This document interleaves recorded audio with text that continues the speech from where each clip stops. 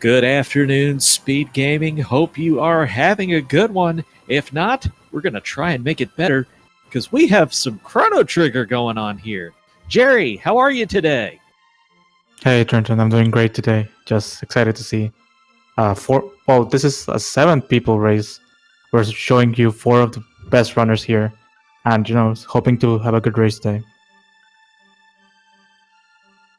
Well, we are celebrating the anniversary of Chrono Trigger's release, U.S. release, that is, because, hey, most of us are in North America, let's be honest, but we got a great international flavor to this. We love all our Chrono Trigger runners all around the world, but it's a good excuse to party with Chrono Trigger.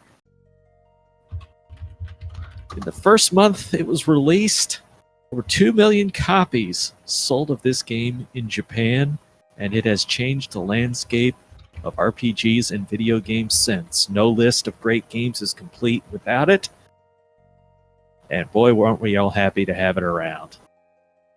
Oh yeah, 24 years, right? Something to that effect. 1995.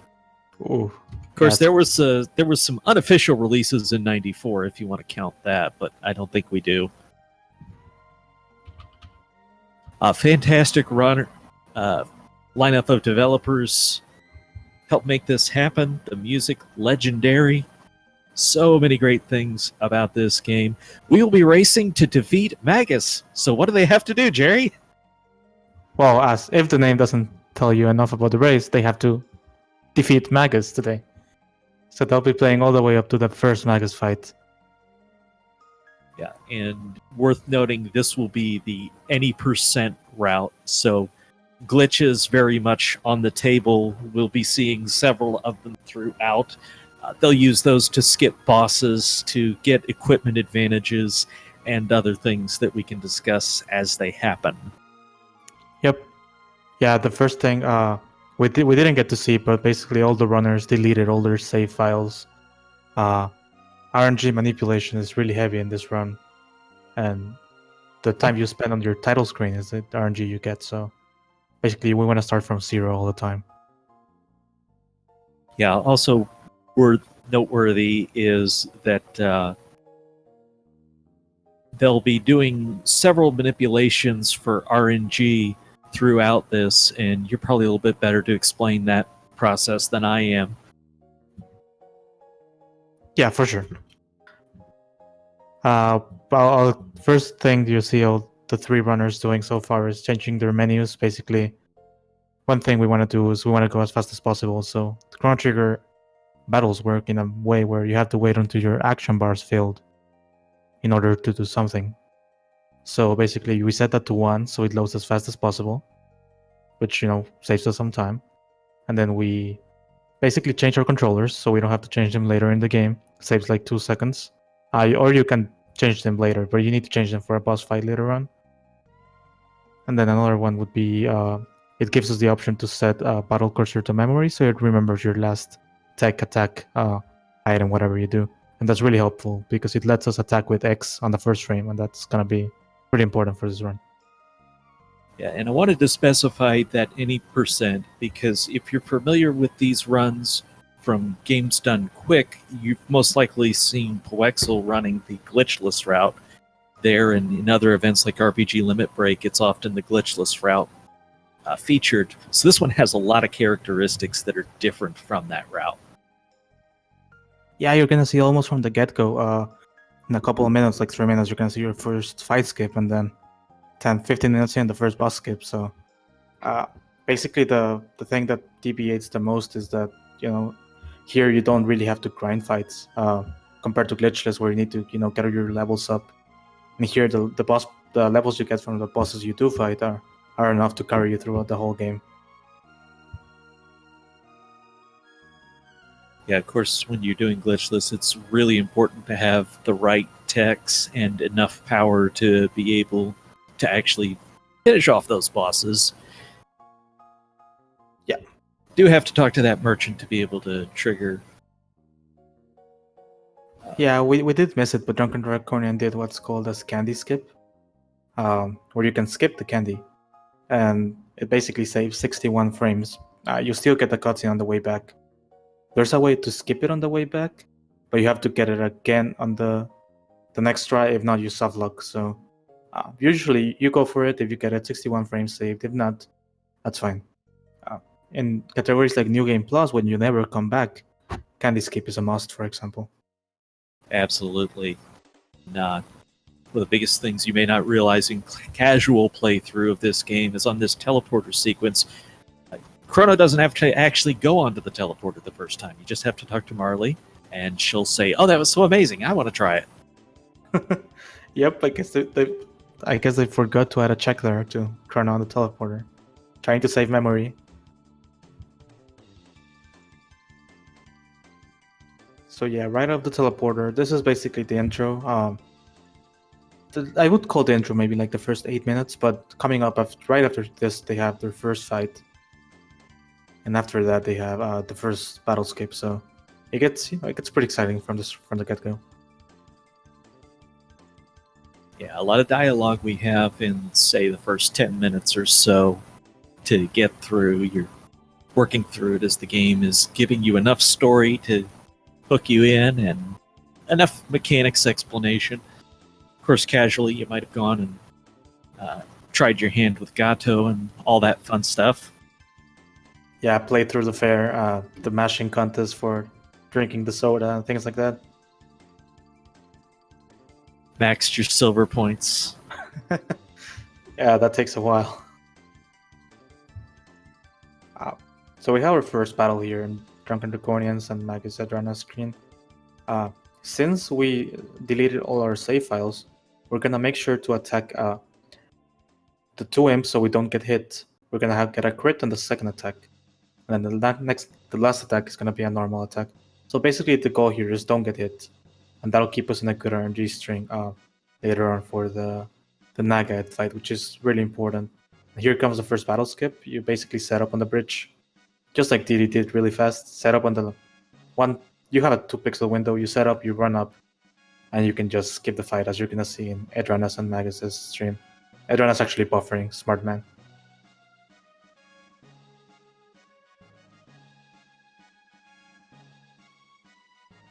Yeah, it is. It's a very interesting skip to learn. It's something I have made progress on, but you have to get your markers for exactly where you want Chrono to stand. And it can definitely be done with a lot of consistency, and we have some very consistent good runners here.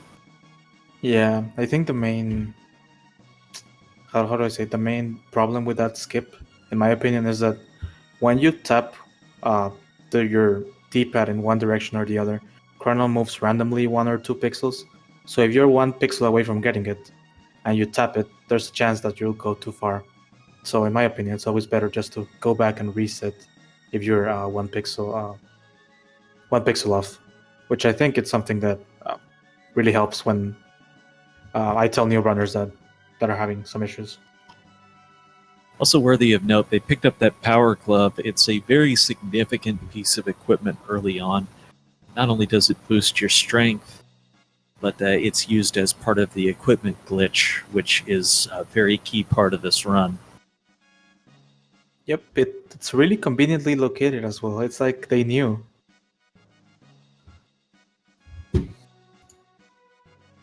Yeah, we're gonna see those glitches coming up. Maybe like 7 minutes from now, we're gonna see the 3 main glitches of the game being used, which are I guess we can talk about them now since there's still a bunch of dialogue happening. We have the unequip glitch, which, as the name says it, you unequip. In this case, your armor and your helmet spot, and that gives you extra magic attack and extra magic defense against shadow, lightning, and water. No fire, you don't get fire defense. And basically that's the main difference between English and Japanese. Japanese doesn't get that magic offense against any enemies. Japanese doesn't get any magic offense, but it does get defense against all the 4 elements. I guess that's pretty big difference. It kind of evens out. Japanese takes faster, English has this thing. But for defeat Magus, we usually run English, even though Japanese might be a little bit faster, just accessibility to everyone, and it's a good race category. Yeah, of course, it's easier to follow as a viewer for many in the U.S. audience as we get to the completely accurate biology lesson here that totally explains how things work. Yep. They should put this in the schools.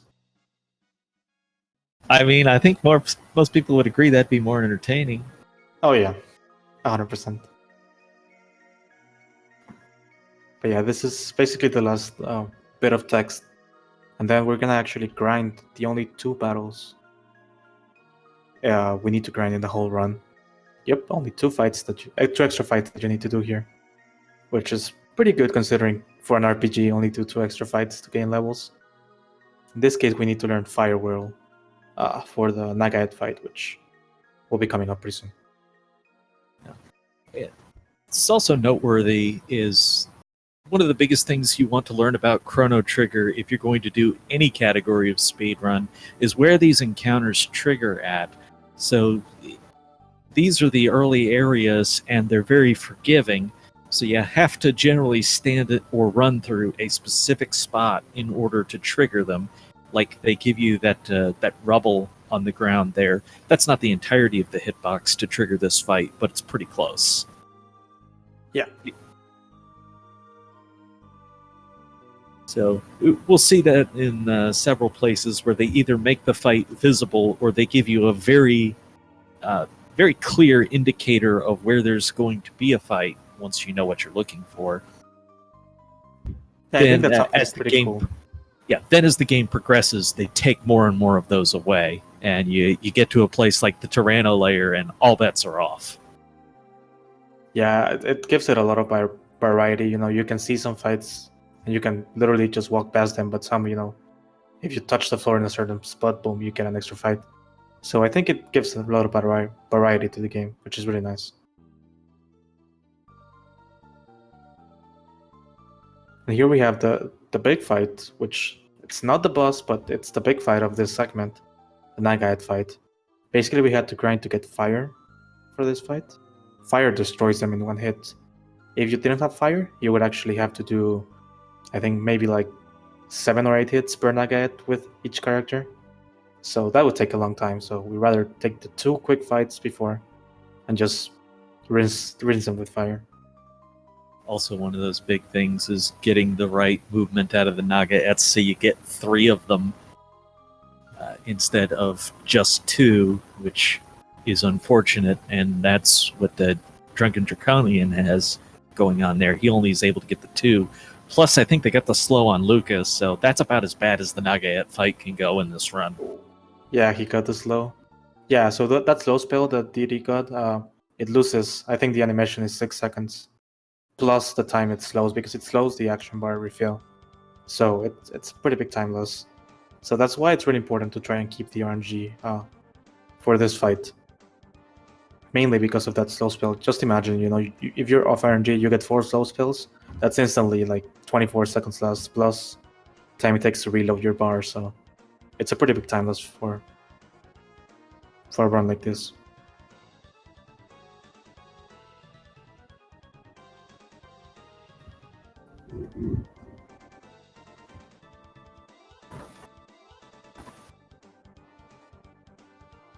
So Also, that gives us the first instance of having 3 people in the party. Now we have Glenn join us, because that's his name. His name's Glenn. Okay, we'll call him Glenn. I agree. Oh, here we're gonna see Adrena's screen, the first instance of the fade out glitch. So basically what he does is you enter a loading zone, and then the loading zone takes a certain amount of frames to exit, but you can open the menu to interrupt it, and then when you close it, you get this exact same number of frames for the loading zone to trigger. So you basically move by buffering the menu. And then what he did there was touch the power tab, and then it takes you out of the room. So that way you get the power tab, but you don't get the animation at the end, the little fanfare, and it makes you stand still for a couple seconds, which is basically what put him in the lead compared to Magus, who was like 2 seconds ahead before that room. So again, like I talked about, one of the early areas, you can see so many of these enemies. Not all of them, but the vast majority of them, and you can just move around them and avoid them if you don't need to fight. This room, obviously, we need to because we've got to be able to play the piano. Yep. This is it's also a pretty easy room if you have fire. If you don't have fire, those henches actually take pretty low damage from physical attacks. So yeah, this is the game's way of teaching you, like, okay, you have to use your attacks in order to deal damage. And then you have to play the piano to continue. Which is completely intuitive, of course. Well, they made you play the piano to get in the door in the first place, so they're kind of reinforcing the mechanic. That's true. Of using the environment to open stuff. Yeah, you're gonna see later on, like the switches we saw, and then there's gonna be a lot of those throughout the run. Okay, so here we go with all the glitches. If we watch Adrena's screen, he's gonna do the fatal glitch first, opening and buffering the menu. Then he's gonna unequip his character. He's gonna take off his armor and his helmet, equip the power globe and a better weapon, which he got. He's having some trouble there, but he's fine. Equip Bandana on Luca, use a power taps on Chrono. So that's two glitches there, and then if you use a fade out glitch and you stand on top of a save point, you actually get something called a save anywhere glitch. So the game will think you're still standing on the save point after the loading zone takes you away. So you can save past the trigger for Yakura, and yeah, it's pretty hilarious what happens. You can move during the fight, and if you're off screen when the fight starts, yep, it's over. You don't have to fight him. Grab a mid-ether.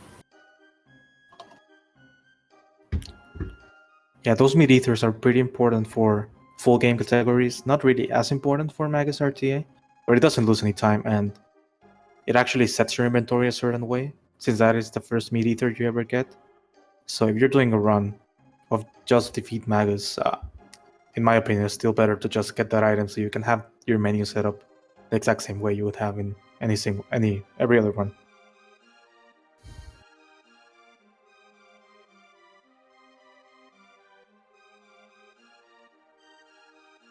Okay, pretty good segments actually. 1528 from Adrana, 1530 from Magus. That's really good Magus Jackra times.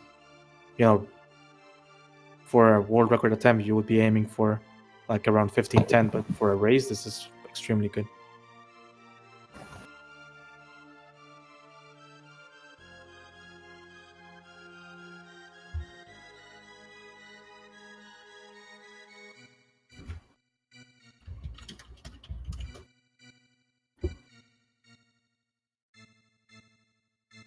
So we rescue the queen.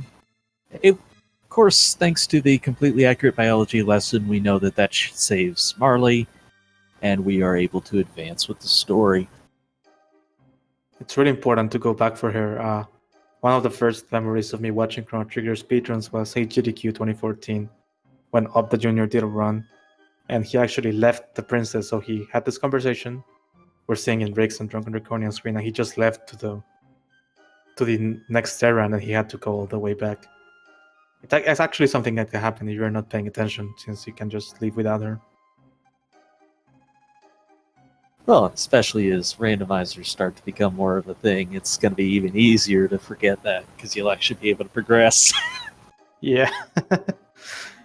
Yeah, you've been playing a lot of randomizer. I have. It's But yeah, enjoyable. It's just like this. It's more excuse to play Chrono Trigger. How can you hate that? Yeah. And it's a really nice randomizer called Wings of Time. I think it came out like a couple days ago, if I'm not mistaken, right? Public release, yes. Public release, yeah. That said, it's been available for anyone who wanted to run test seeds. Join the Chrono Trigger Discord. There's all kinds of fun stuff. You want to learn the game more, even if you don't necessarily want to speedrun it, you just want to learn more about it. There's all sorts of resources. As Magus goes for reverse bird skip, nails it. Because he's Magus.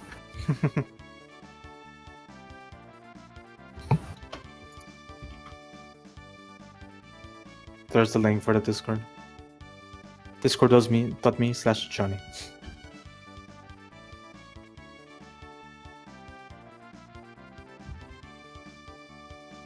There we go. Now we got the music going. That was having little tech issues behind the scene I've been trying to fix.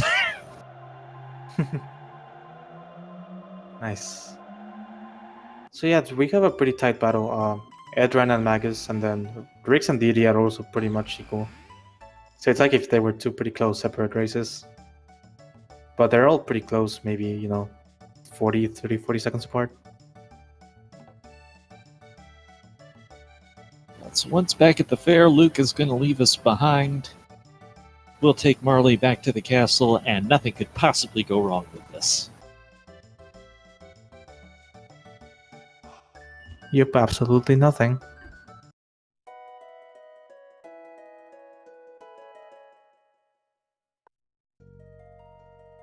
Again, you've got an area that was designed to be very friendly towards teaching you kind of how to route this, how to avoid encounters. And we don't have to take a single fight in this forest. Yep. You used to have to get a power tab in the forest, but since, optimizations happen, that one's just pretty slow, so you just skip it. This game has gone through a lot of different, I don't know if I would call it optimization, but revisions. So, like, the run is still, you have to still find the same bosses in the same order. But it has been so optimized. Like, since I started running in 2014, there's been like 50 minutes saved over the 100% route, for example, which is a lot of time. Any percent has gone down by like half an hour or so. This game just has a lot of people who really like the game and look for new stuff that, just keep updating it, year after year, even in 2019. Yeah, something as simple as 1 or 2 points of strength can really make a difference in the right situation. So it's very easy for any small optimization to make a difference. I think the most recent I've seen was somebody found a different setup to candy skip. Oh yeah, that was sometime last year. That was actually Rick's 840 who found that. Oh, nice. He was messing around with it, and it has to do with.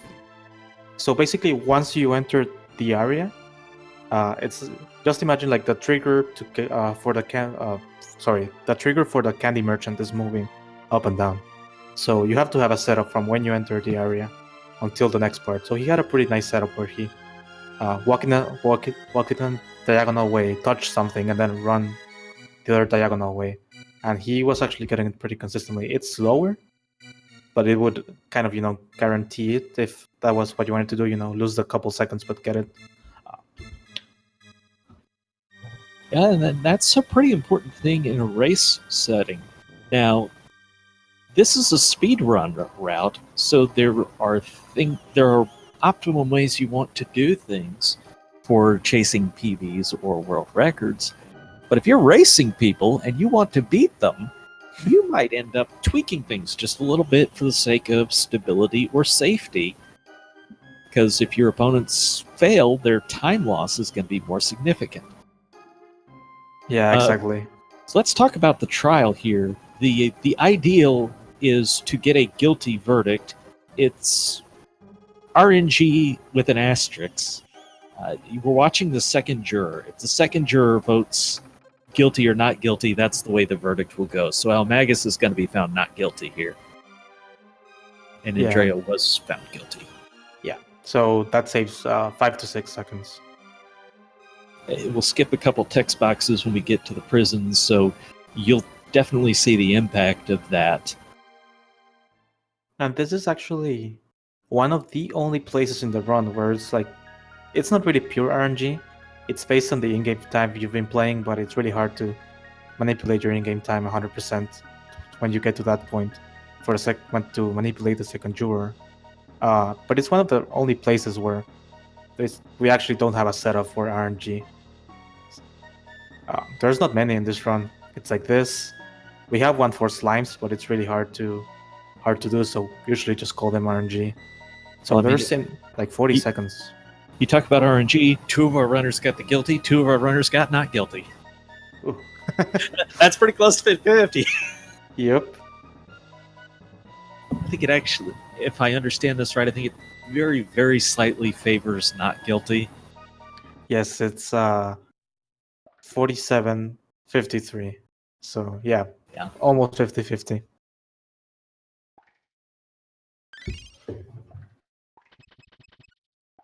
But you get an ether there if you're found not guilty, so it's not all terrible news. Yeah. One of the most recent skips, it's really hard to do, and I haven't seen anybody do it, but Edrana found a jail bar skip where you usually have to bang the jail 3 times. Well, if you get this really precise setup, you only have to bang it once. It saves maybe like 5 seconds. But I've actually never seen anybody get it in a run. So far as we know it, it's extremely precise and maybe RNG dependent, who knows. I don't know too much about it. But that was found like this year, so still finding new stuff. 25 years later. Yeah. Yeah, just think, 25 years ago, if you'd been able to complete the game in 10 hours, that would have really impressed people. Yeah. Yeah, 10 hours is... For a casual playthrough, that's a really good time to beat this game. It's extremely long.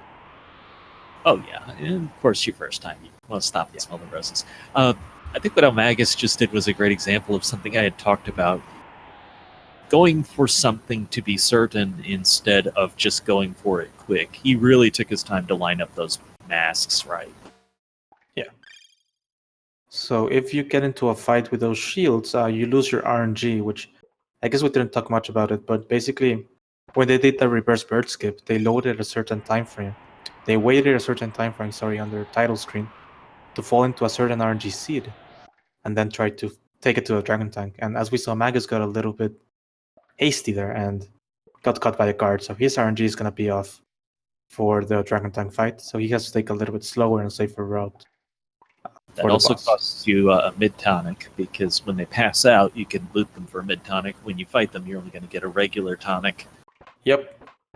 So I think, I don't think Magus is going to do this, but for race safety, you might want to take the 5 mid tonics if you have what happened to Magus from the dead guy here in Adrana's screen. He drops the 5 lovely mid tonics. Takes a while, but if you really want them, you can get them.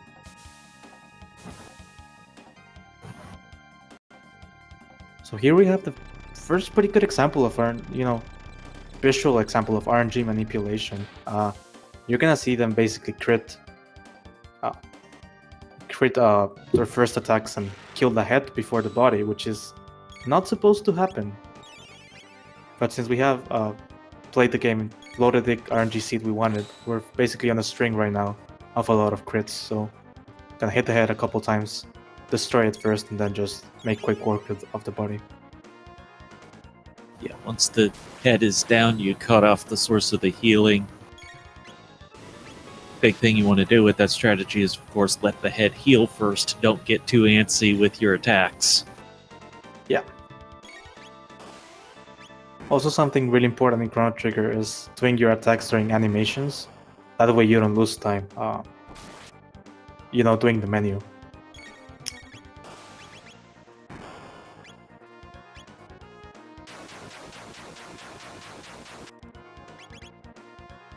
They'll also often go into that menu to preserve the ATB sequence while a tech is carrying out.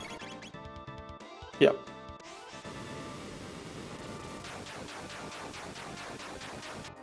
Also, once the head is dead, you are able to do elemental damage to the dragon tank in that fire world, much more powerful than just So if you do this cyclone or any version of it with the head, it will actually automatically heal.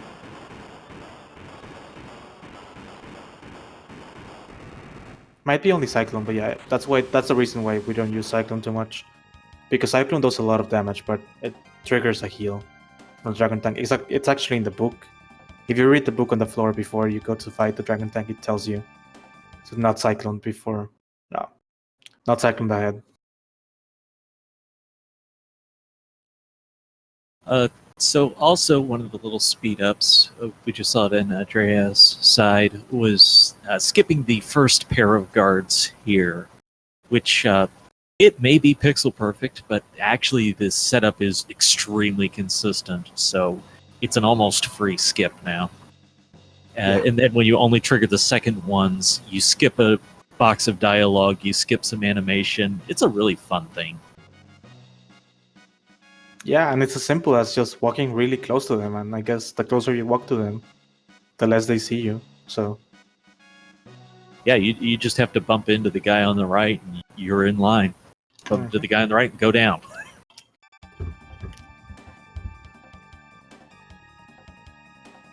yeah, you can do it on both sides, but obviously doing on the left is slower since you have to go to the right after. So yeah, Magus does it, flawlessly, really quick there. Well, he's El Magus. We expect Of this by course, now. yeah. Hope everybody is having a good afternoon as we're celebrating the anniversary of Chrono Trigger's US release the best way we could with a race. A race with the best runners. We have 4 runners on stream, but we actually have 3 more racing off stream. So 7-person race for Chrono Trigger. That's pretty big. That's actually probably the biggest one of the year so far. Yeah, and I want to give a quick shout out to Ponk, who wasn't able to join us for this. He was a real breakout in the Defeat Magus tournament we did last year. Some family issues, he wasn't able to participate in this, but we just want to send some good thoughts his way. Yep. Punk was actually the, first time running with the last tournament, and he was actually the one who kicked me out of the tournament. So yeah, he's very good. Shout outs to him. And we'll probably see him in a few races later on. Andrea picking up the Berserker, one of the most important accessories that we get in the run, and we will definitely see it used. Another thing they're doing here is using those text boxes to skip an encounter trigger. It's a little bit precise in that you have to have just opened the dialogue before you go through, and as long as that box is up, the monsters won't trigger there. Yeah, right as you said, as long as you have the text from you being stealed by the rat, you can run through encounters, which is pretty amazing. It actually gives us a pretty fast way of doing lap 16, saving a couple seconds. The first one especially is avoidable without that, but it's much slower because you have to run to the bottom of the screen. Yep, exactly. But as a backup strat, that's still going to be better than actually getting in the fight. So in Adrena's screen, he's in the lead right now. He's getting to the Guardian fight. The Guardian room has a unique mechanic in which you press the X button, which is supposed to be the menu button. It actually triggers a bunch of enemies. So that's why at the beginning of the game we switch our controls so menu wasn't an X. So we can still do the fatal glitch here, reach the end of the room, and skip the boss completely.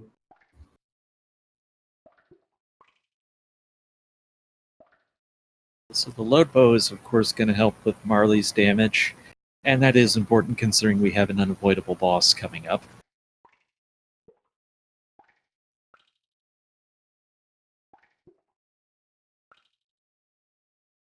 Yeah, everybody getting pretty good lap 16s. DD just doing it right now, pretty good. Now, skipping the Guardian fight and then catching the rat. Oh my god. So you can catch that rat at the very start, and it's something we call swag rat. It's really hard to do. Doesn't save any time. Yeah, as long as you catch him first time, I suppose there's not really any big difference. Actually, the earlier you catch him, the more you have to be careful about not catching him again, as weird as that sounds. Yeah, you have to stop yourself from pressing the A button. Yeah, like Andrea right there could have easily caught the rat a second time. It just would have repeated the whole dialogue again. Adriana's taking the safe route through this bug room, which is, in my opinion, the hardest room in the game to do perfectly. The windows are really tight for movement, and it saves if you get like perfect bug rooms in the way in and the way out. You save maybe like a second, but if you get into a fight, you just lost like 30-40 seconds. So It's one of those things. We're in races, Just take it easy. Take the 1 second time loss and don't try to save the 0.5. Yeah, that goes back to the whole, sometimes you would do things on a PB world record run, but, you're in a race here. You got to approach it a little bit differently, a little more cautiously.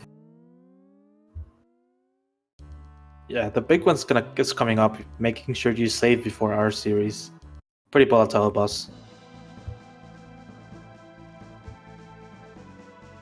Okay, so Adriana did also a fatal glitch, which we didn't mention, but you skipped half of the cutscene, of the Lavos cutscene. So now we know. Well, we should know. We know who Lavos is, but we never saw it.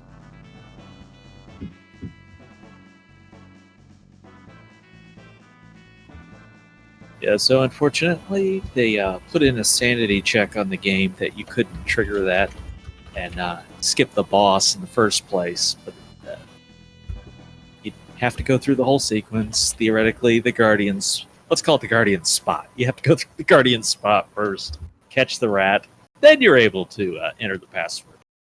Yep. Yeah, it's pretty bad. It doesn't work before all that. It'd be a pretty nice time save, especially for the glitchless categories. Because the Guardian is pretty much one of the longest fights early on in the game. Yeah, currently there's no way to one-cycle him glitchless. You'd have to go through a reviving the bits phase. Yeah. So Adrena's leaving Garristone right now. He's heading towards the Johnny race. Basically, you have to race Johnny to get to the other side. Pretty fun race. Extremely volatile because of how the rubber banding works. But it's also fun. It's a little fun race. Technically faster to walk across, from what I'm told, but you're forced to race him the first time, so you want to succeed. Andrea did a great job there. You go to the right side of the screen instead of the bike because it's faster. That's pretty much the answer to why anybody does anything that looks odd. They're either just doing it for swag or because it's faster. And even on swag, they're going to say it's faster. Of course. And then you're going to see Adrena trying to bunk in front of Johnny the whole race. That actually gives you faster WP, which I'm assuming is like wind power or something, which makes you finish the race faster. I haven't done timings recently, but I did timings from pretty mediocre race, 1500, and the worst race you can get with 0. And there's actually like a 7-second difference, so getting a really good race and getting the worst race might be, like a 10-second difference. At the end, you just take it pretty easy. More than anything, though, the important thing is to win. And the easiest way to make sure you win is get a 4 on the R and then hit the boost button while you're clear of Johnny, and you will win the race. Yep. It just basically has to be less than 5, because I think it's almost exactly 50 ticks is the boost.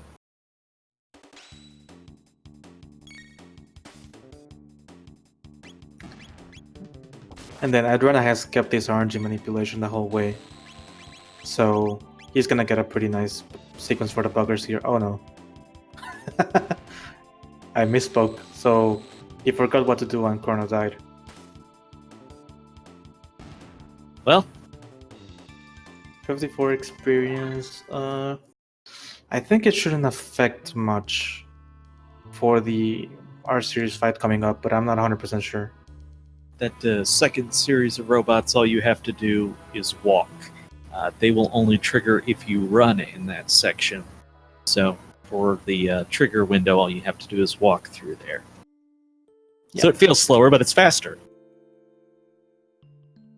Yeah, exactly. You don't have to fight the four of them. I like little things like that they put into the game.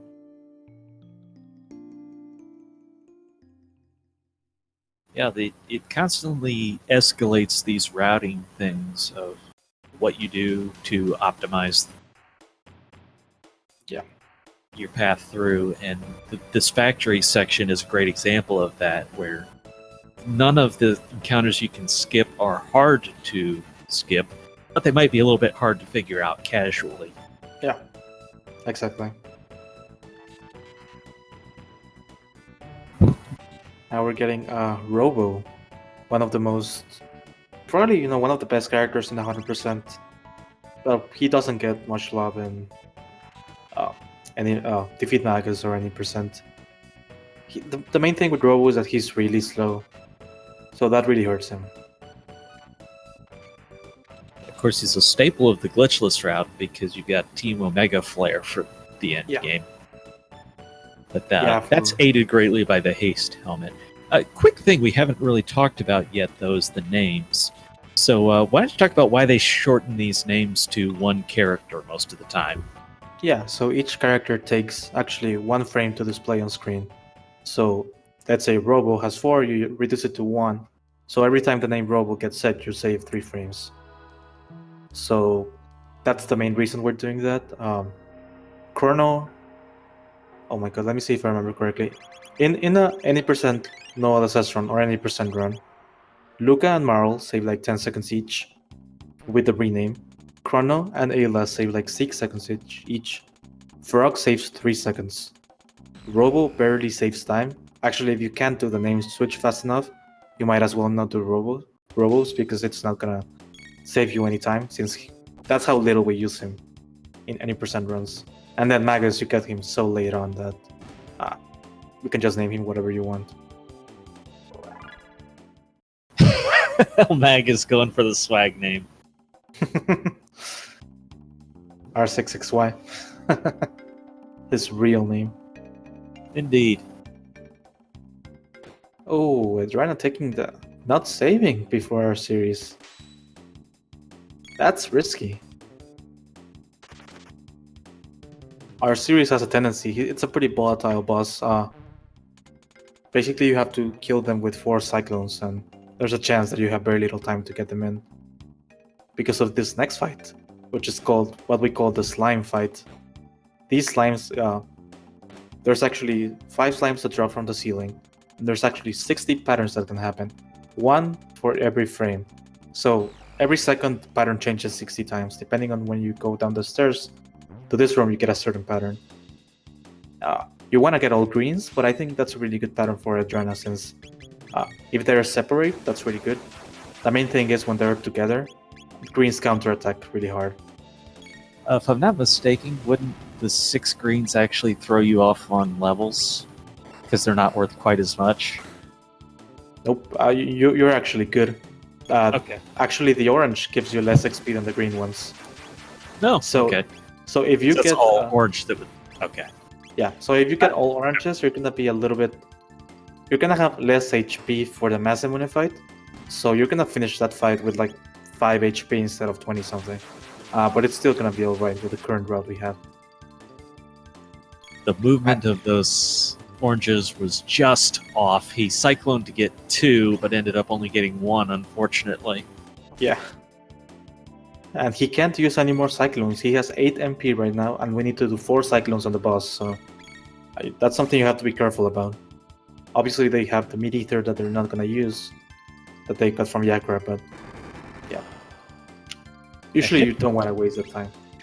Hit points out of this fight you're not too worried about, but Chrono's tech points is absolutely essential.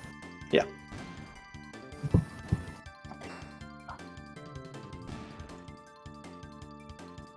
And there we go. Yeah. Coming out of this fight, you actually want to heal. Just because if you get a bad pattern for the R series, you can get actually hit at the start and might be in trouble. So the classic ZAB, XABY. Yeah. Of course, the intended route is you enter them one at a time, but you can buffer inputs and get it faster. Pretty bad pattern for Magus. Yeah, for XABY, you can actually just hold XABY. You don't have to do them in order. You can just hold the 4, and the game will take them in the correct order. So Didi and Andreana also took the safe route through there. I actually didn't see what Magus did. There's 2 acid fights along that long hallway, and all you have to do to avoid them safely is go up to the top. Nice with the 4 greens for Didi. Yeah, it's a pretty good pattern. 4 greens, yeah, yes, they counter, but they have less defense than the oranges, so that's what you want. Oh, a little bit short on that third one for the Cyclone. Rocket Punch should kill in 1 hit. Nope. 5 Rocket Punch. That's actually the lowest damage Rocket Punch can do. He got super unlucky there. Yeah, so this RNG fight. Oh my god.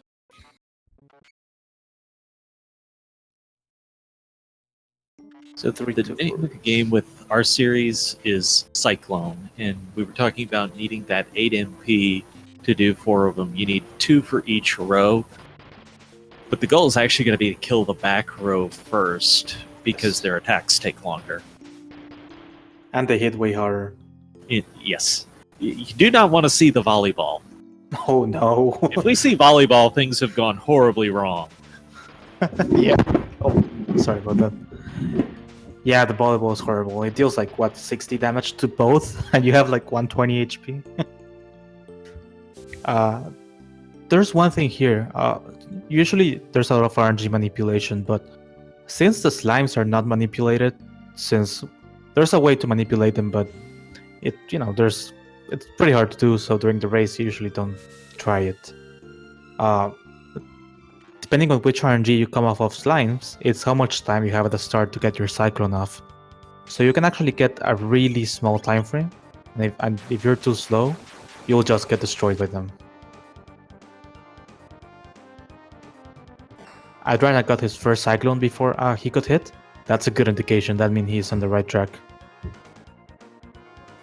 Yeah, they're gonna take their time and slowly come punch us in the first round. That's not the bad news.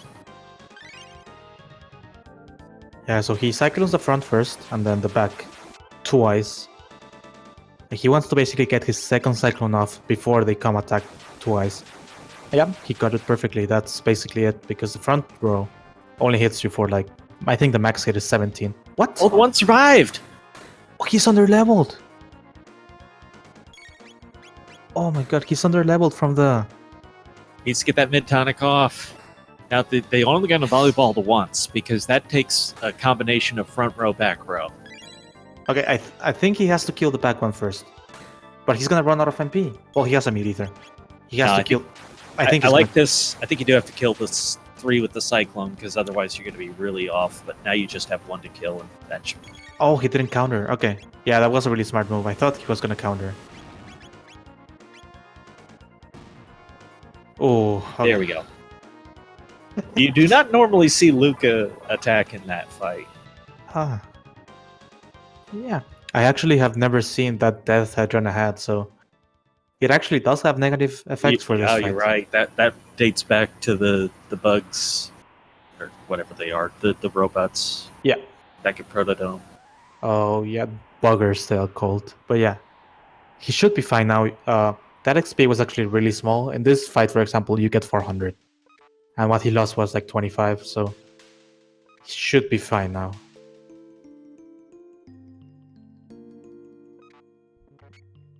So it's intended to have you at the right level. Yeah. Now, it may not be that significant after this fight, but it clearly was there. Yeah. Let's see how the rest do in this fight. This fight is actually one of the make or break for races, since if you die here, which is pretty easy to do if you're a couple of frames late with your input, you lose like 6-7 minutes going back to the save point. Yeah, Magus pretty good so far. He got first Cyclone off, so he should be good.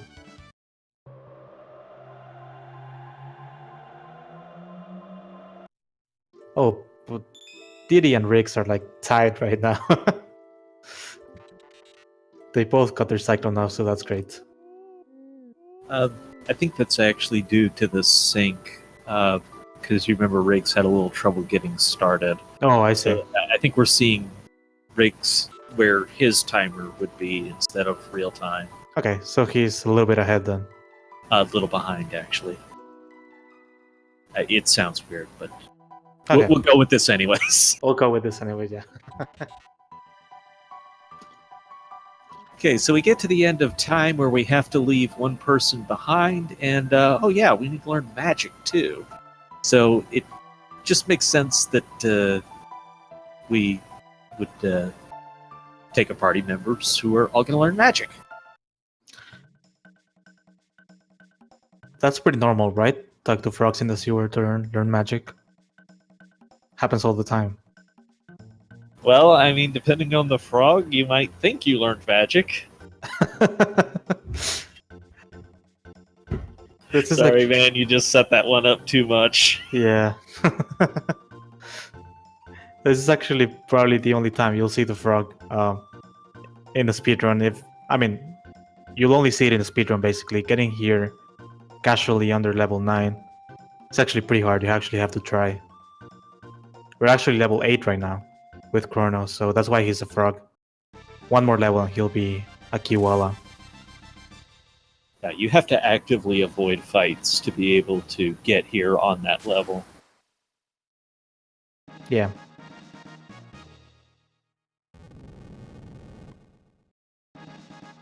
Another brief thing to mention is casually you would want to go back to the pillars in your first playthrough. That's what the game's designed to do. Take you back to the pillars, and then the old man will call, hey, says, oh, go check out this room.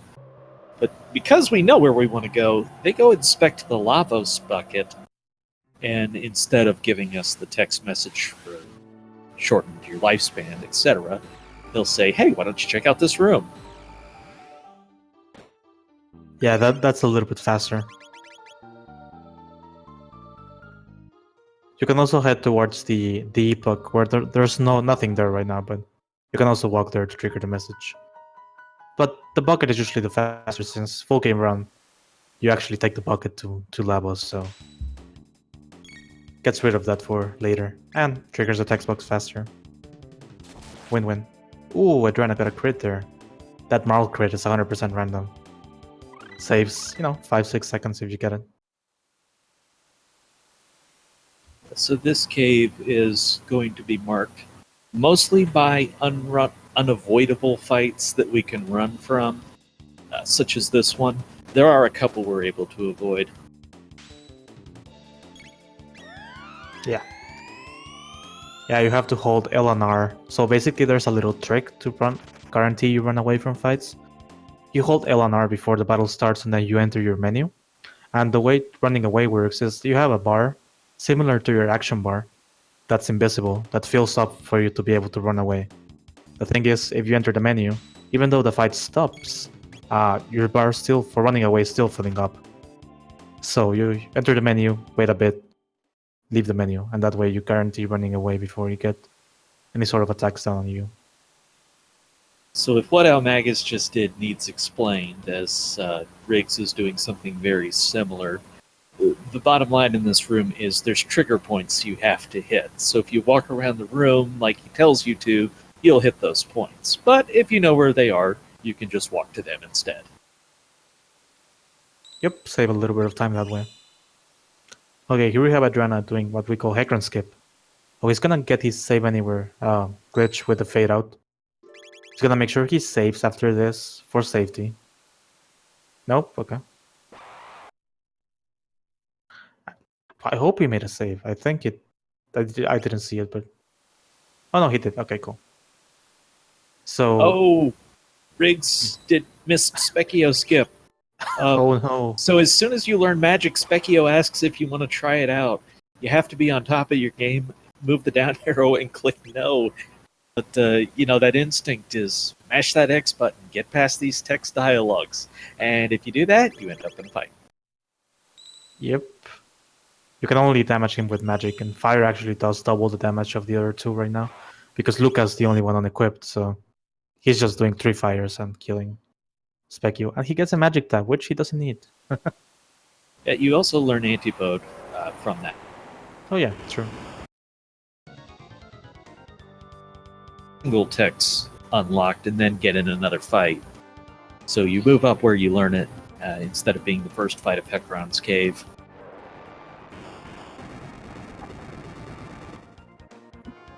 Adriana got a successful Hecarim skip, so basically he got his save anywhere glitch and he saved past the Hecarim checkpoint. Hecarim trigger, sorry. You reload and you're past the trigger. You basically start the fight and then run away. Since he's not on screen, the game thinks, oh, well, you already won.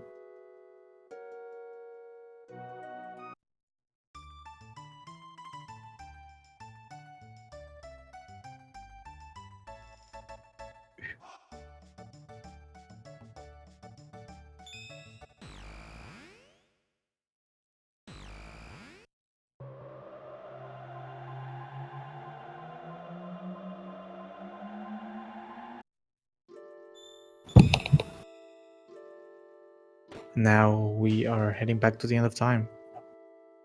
Doing the end of time save anywhere. He stores a pillar with the text box, and then he has to pause buffer to a certain frame. That's a good frame. Just hold the A button, and you can open your party menu while the game is taking you out of the end of time. Actually, stand on top of the save point and get the save anywhere glitch. Sounds really complicated. Kind of is to explain, but it's actually pretty easy to do. And basically, you lose your save anywhere glitch every time you enter a room with a save point on it. So that's why we have to redo it. Right there.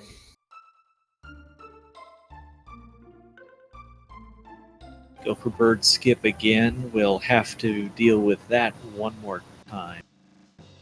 But first we have the bridge here, where we're trying to repel Magus's forces. Oh yeah. Which we're not gonna do, we're just gonna, you guessed it, save anywhere through it.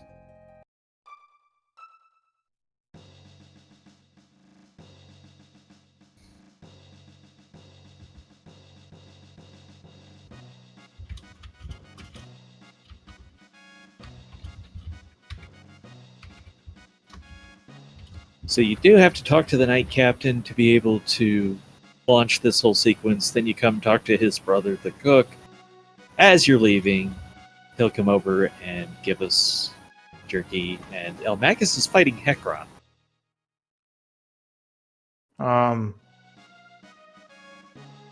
Okay. What the hell's going on? I don't know, because he must not. I guess he didn't have a save, is all I can figure, because if he was going to intentionally take this fight, he'd have Marley and be using Antipode, is how you do it in the glitchless route. Yeah. Yeah, there's no reason to take this fight unless he missed the save point. Oh my god. I don't think he can win. I mean, you've got R66 for healing. He's not going to be able to do any damage. He doesn't have any revives though, so he has to be on top of his game. You're going to get these sequence breaks. Actually, I'm not sure if Laser Spin would do damage or not. I've never tried.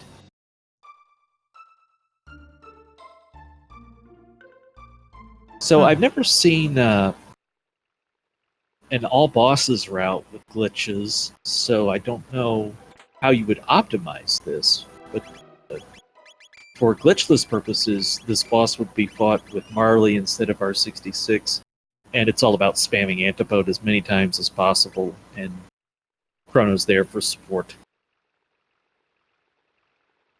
Yeah, I think that's the best way to do it.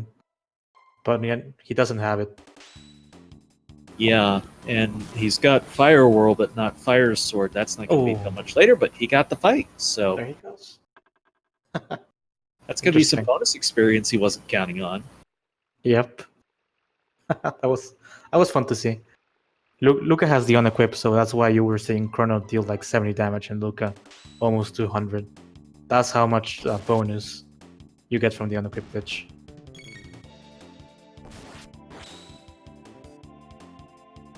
Does that change Fleece strats? I don't know if it will, because I don't think Glenn's going to be too affected by this. I'm more curious if it's going to change the Masu strats at all. Huh. I'm not sure about Flea. I've never actually had anyone do Hecarim, so I don't think we've ever seen that in the Chrono Trigger speedrun history for, glitch versions of the game.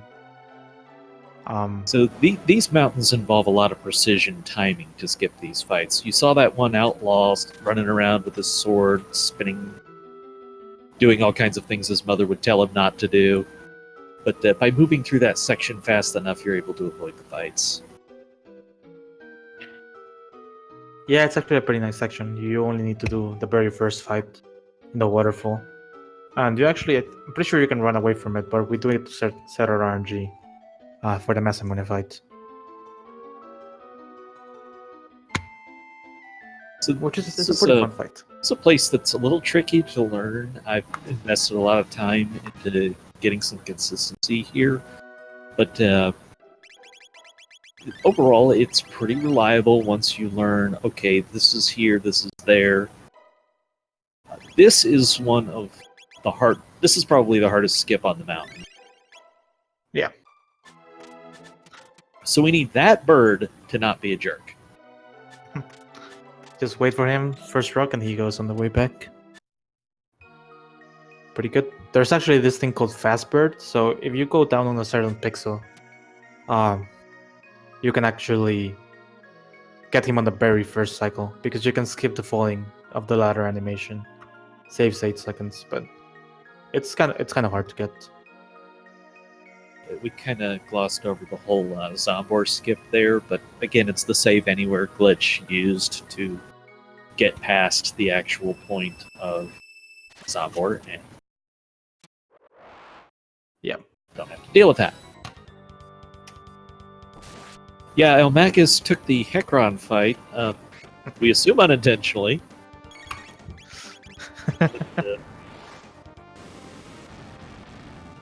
But, because of that, he's going to be a little behind progress of the other runners. Uh-oh. I had run us off his Massa script, so he'll probably have to kind of wing it. Well, he should have Hypno Wave, so that's available as a backup strat. Yeah, although he's got Berserker on Chrono, doesn't he? So he's doing that threat, yeah. So even Hypno Wave's probably not the best play here. These guys are pretty easy. The hard one's gonna be the main boss. He's in chat. He says he can handle this. Maybe. Okay. Gonna have to use Robo as a heal tank, basically. You need some cooperation out of a Berserker character. That doesn't always go the best. It's probably a good time to mention what the Berserker does. So obviously not having control is obvious, and it makes sense that you get more power with it. So all these hits are for more damage. The little subtlety, though, is there's a defensive bonus for that Berserker. And Chrono's taking very low damage from those hits from us.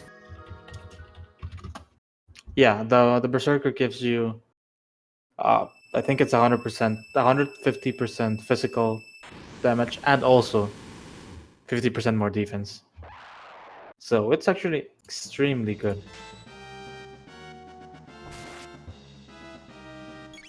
And notable for the amount of use it gets in the bosses that you have to fight in this run. Yeah.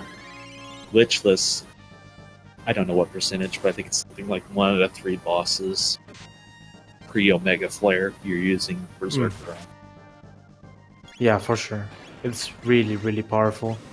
You know, it's a 50% damage for free, and also, I might be wrong with the first 50% defense thing. I think it cuts 1/3 of the damage, so yeah. That's how good it is.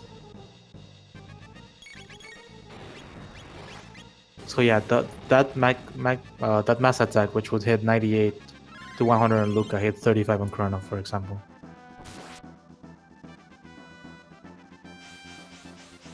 Adrena has to be careful because these attacks, the whirlwinds, do 100 plus damage or close to it. So 2 of those in a row basically spell doom for Luca. Now the thing is, he also can't counter his tornado energy because Chrono can't use slash, so he's gonna actually take some damage. And Chrono's not unequipped, so he's gonna take big damage. Yeah, if it wasn't for the bonus defense of the Berserker, Chrono would be dead here. Oh yeah.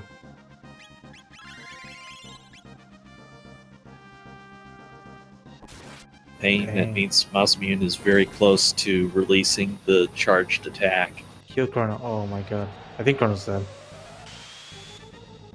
Yep. Yep.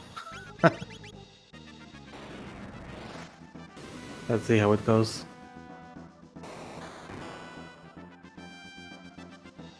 $351. No. Okay, that was unintentional for DD and causes a reset. He didn't get the jerk bird, but he stepped into one of the whatever the goblin dudes are called there, and ended up triggering that fight. He has to go for this. If this fire doesn't kill, Adrenal's gonna have to reset. Oh no, Lucas unequipped! He has to mash fire. If this fire doesn't kill, then I don't think he'll get another one out before the counter. But the counter won't kill him, so he... No, yes indeed is the threat. He needs to... That's it. This is going to do too much damage. No. Oh, it didn't! Wow. Unequip. It's OP! Come on, one more. Nope, that's it. Ah, that's too... A bridge too far, because that wasn't magic. Yeah, that sucks. Would have been better if he did his whirlwind attack. The unequipped particularly does magic defense, so you get a pure physical, and hey, that means we got a race again.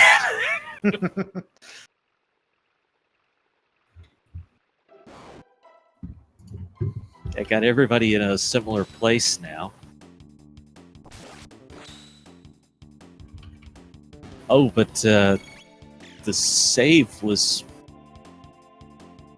all the way back at... Okay.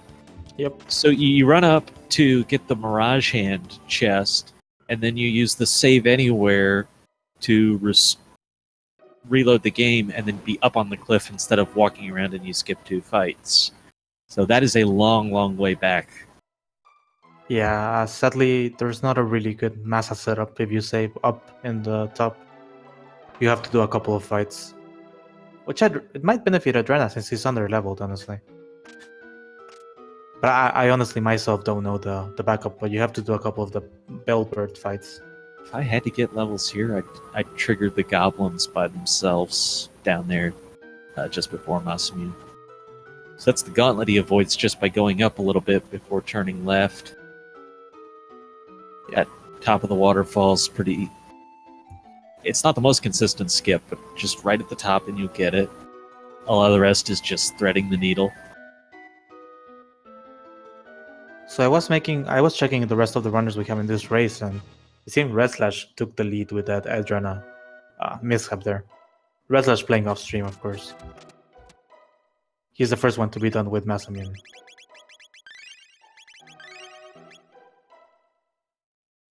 Oh, Adrena triggering the sleeping Ogan. Has to go all the way down.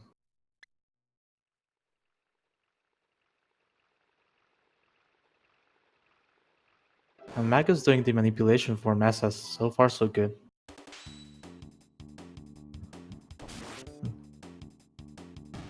Let's wait for the commentator curse. Well, if anything, Magus should be the highest level of anybody here. Yeah, for sure.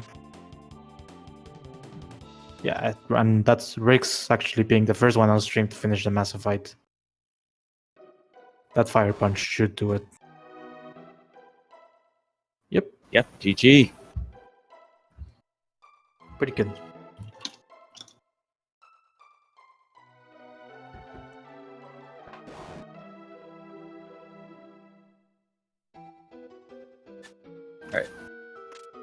Alright. Going for this again.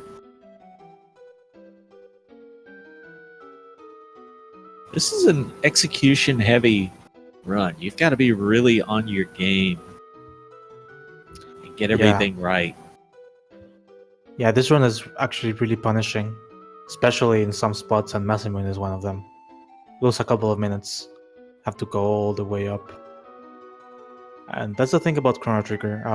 One of the good things about running this game is, compared to other RPGs, it's not an RNG fest, so there's really, really very little spots, less than 40-45 seconds of RNG that you can control in this run. So it's an execution race from start to finish with very little RNG. That, yeah, can help you get a better time, but it won't define, Hey, here goes Adriana once again going for Masmune. And now of our three on stream was the first one here, but gonna hopefully be the last one to clear it. Yeah. Though Dee Dee hasn't quite gotten there yet, still has to. Mm-hmm.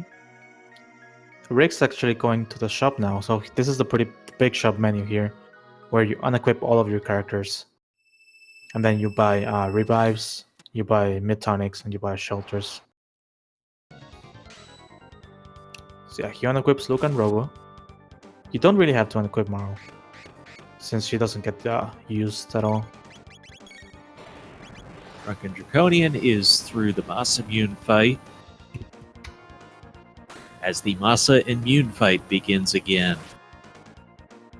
He also, Whale noticed that DD is doing different character order. He's doing a different strat for Masa. That's like 5 seconds lower, but it's a little bit consistent. The newer strat has this thing called Masa Troll, which can happen. Pretty rare, but it can happen. And the strat DD is using is a little bit slower, but it's 100% consistent from what we know of. Okay, so on stream, we're going to get 16 chances at a new. We better get a couple, but we don't get one the first time.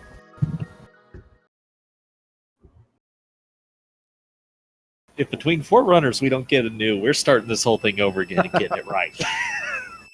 That would be some. Oh, there we go. There New we for go. Magus. 1 out of 2.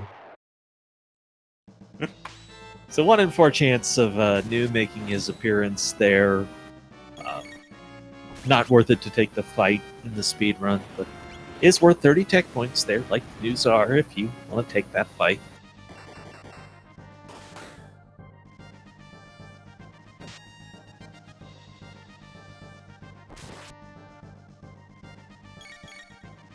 So now Rix is, he gets the broken Masamune, and now he has to go back, talk to Melchior, which we're not really gonna talk to him. We fade him out, and then he goes to the past 65 million BC, where you get Ayla, and you have to do the Reptite Lair.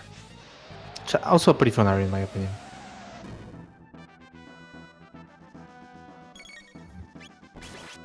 Magus heading that way also, and DD is gonna follow pretty soon. Adran as well after. Oh my god, we banned Rix. So we don't have the normal links available here because of some technical issues, but all the runner names were on stream, and if you love Chrono Trigger, these are some great people to check out. Or follow the game Chrono Trigger on Twitch is another good thing to do, and you can see a lot of great stuff. As it looks like some trouble again in this Masmune fight, Trana. Yep, and we also have this 4 runners on stream, and we have Aeralis, Kit Kitchum, and Red Slash off stream, also racing. So if you check the Chrono Trigger game, you're gonna find their streams and the link to them. They play Chrono Trigger pretty often, so worth following them if you want to watch Chrono Trigger. So talked earlier about just how precise this run can get. Talking about this entire thing being out of whack because of one little robot fight back at Protodome. Yeah.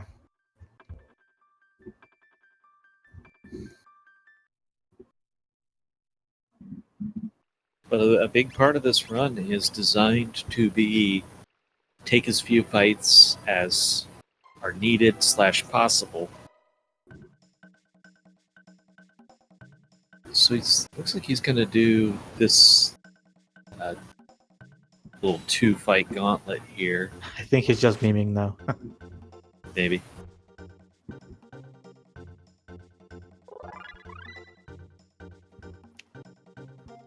Okay, so Rix, who's in the lead, for basically the setup for this fight, he missed it, so you have to close the text box in a very specific point in time to get the reptiles to get in a certain order. He didn't get it, but that's alright. The main thing is that you don't want them to kill Luca there, which is pretty possible if they choose to target her. Yes, I've always found it kind of sad that she chases off so many of those because, like, man, one AoE, we get so much experience from that. She just denies us. Yep. Kind of rude. Extremely rude. Yeah, that's pretty bad. Just imagine how much you would get from 10 of these guys. So you're end up picking up the level, and should be back on track for this. Yep.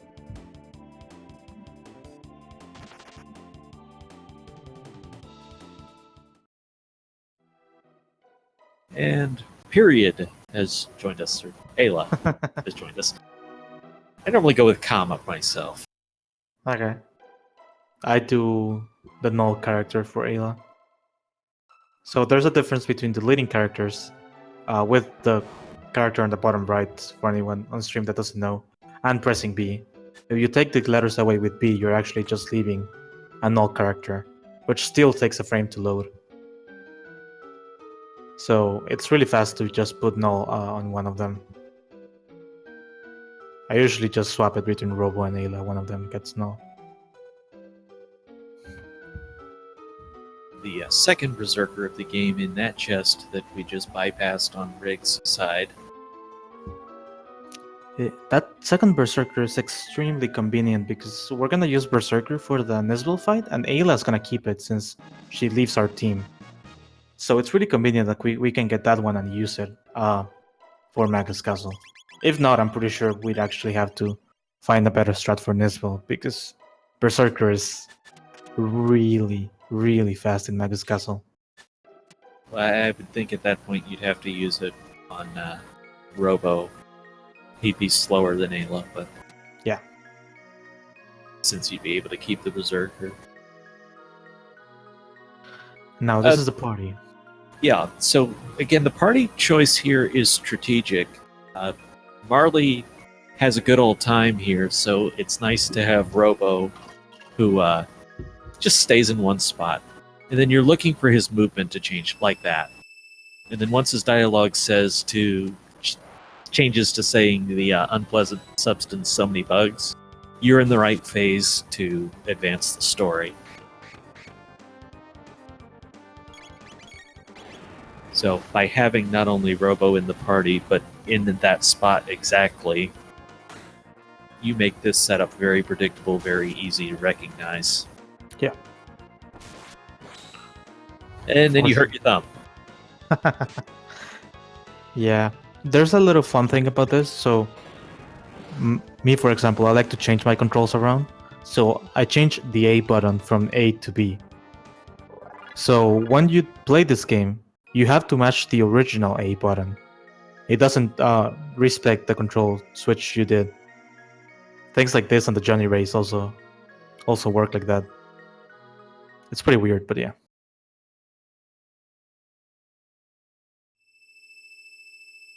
And because we win the eating contest, Ayla says you can have the Dreamstone.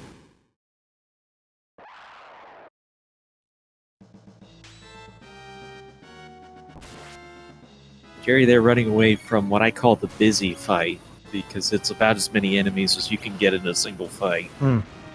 But you can't avoid that, but you avoid triggering two fights instead of just one. You want them all in one encounter so that you only have to run once. Yeah.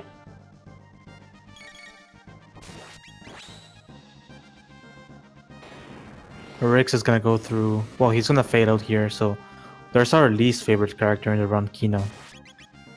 So we just fade him out. And now this, there's actually a lot of fights here in this. I don't know what it is. Call it a forest, but I don't know what it is. Jungle? Forest maze is what they call it, but Yeah. a lot of these are tied to the footprints. Like the end of the footprints are usually where the encounter trigger is. Yeah. That's true. Also, there, if you try and get a chest, you'll 99% of chance you'll get a fight. Also, right there, you have to actually, as Rix did perfectly, you have to go all the way to the left to skip a gorilla encounter.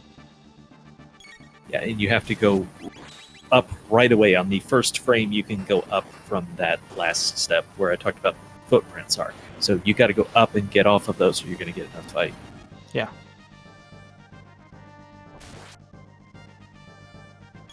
First room, no fights. This one, you got the 2. But hey, look how nicely they line up for Chrono. Yeah.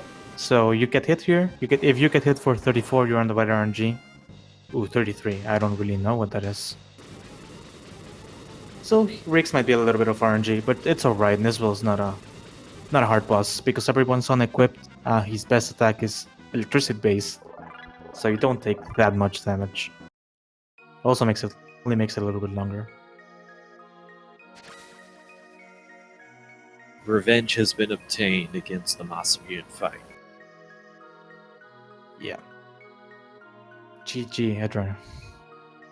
So we have the Magus, later the version called the Gigasaur, and they're characteristic of having a lot of defense until you hit them with lightning. And if you take too long, much like Nizbel, they'll do an electric release. Yep. And if you're playing this casually with no one equips, those electric releases hit very hard. So then the monkeys. The monkeys are jerks. There's no other word for Yeah. them. The biggest thing in that room is they have to be going down.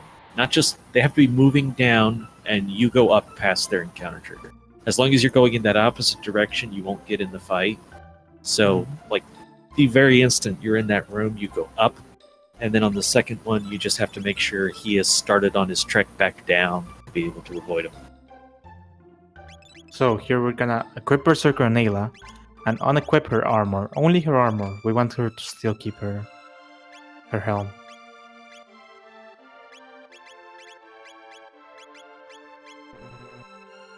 But we unequipped her weapon. And she just has to use her fists. Her fists are the weapon. Yeah. There's also a cool thing. Well, the way this route works, we actually only unequip Ayla armor because we have to unequip Frog helmet in Magus Castle. So if we unequip Ayla helmet right now as well, we can't unequip Frog in Magus Castle since we need to have no items, so we can actually equip nothing. We'd have to do like a pit stop in a shop or something, which would just cost too much time. Just faster to divide it like this. Yeah, so bottom line, with Nizbel, you have to shock him to be able to open up to taking damage. Yep, and I'm pretty sure Magus is an RNG. Ayla just hits hard. Yeah, those 400 damage crits. Extremely, extremely strong. But as you see, that electric release, 30 damage, 22, so this guys will be fine. Yeah, here it's going to be more of an annoyance of the time consumed. Yeah. One of the things that unfortunately, Slash doesn't count for shock, so you're going to have to cast Lightning with Chrono. Yeah, he Which kind is of sad buffered because his Slash attacks. would be faster. Yeah, way faster. I think it's like 2.5 seconds animation. Yeah, so that happens if you're off RNG. It's really hard to tell when this was gonna release his energy. So if you buffer an attack and he releases his energy, you're like, okay, well, you have to wait another round of attacks to get lightning again and weaken him again. And El Magus is going to be the first one through this fight on stream. Yep.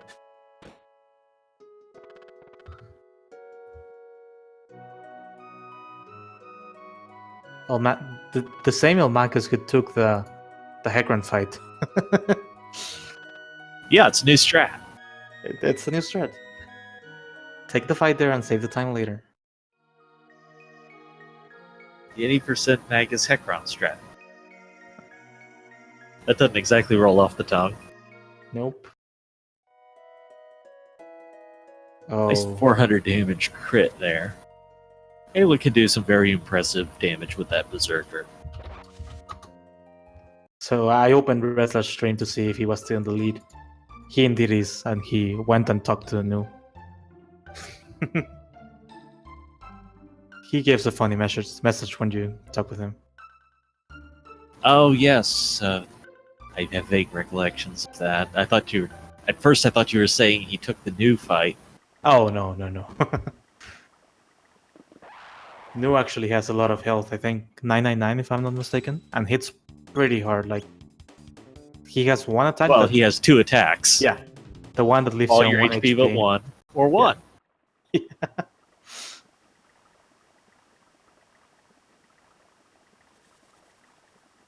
Who would want to listen to us? Oh, not me. That's why I'm wearing noise cancelling headphones so I can't hear myself. I have to do the headphones so it doesn't echo, yeah. So when we finish things in the prehistoric era, we snag the Berserker on the way out, and that sets up for Magus Castle. Oh yeah.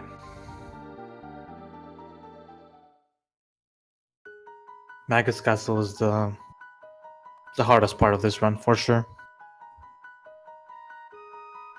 For starters, you have 3 bosses that we even actually fought 3 bosses otherwise. We fight Nizbal. Yeah, Nizbal Mesa, Dragon Tank, R series. Okay. Does our series count? Mini boss, Maybe. at least. Yeah, mini boss. For this category, they're definitely a boss. Yeah, true.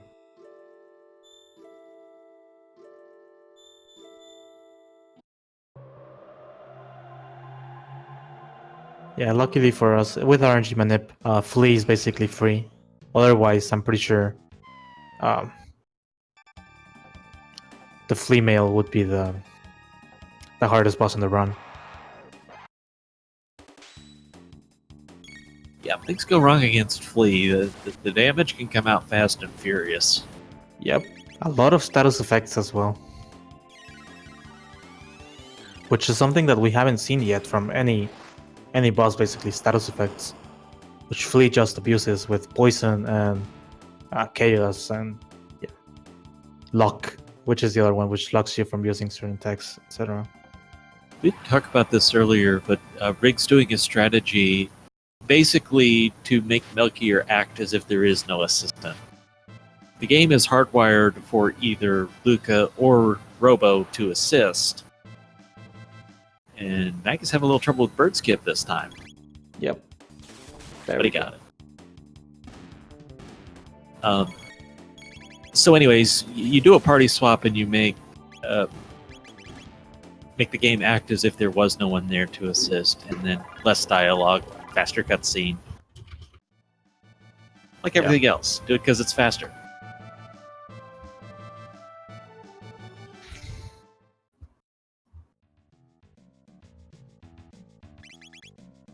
And we got another new. That's 2 from Magus. Ooh. Lucky.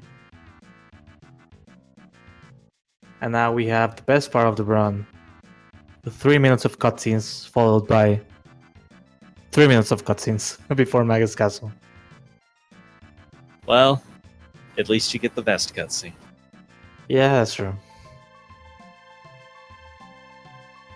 The only thing about this cutscene is that you have to actually mash through the text. It's not really like a pattern break or something. Yeah, that's true. Also noteworthy, the new doesn't actually do anything. It's just a fun thing to see.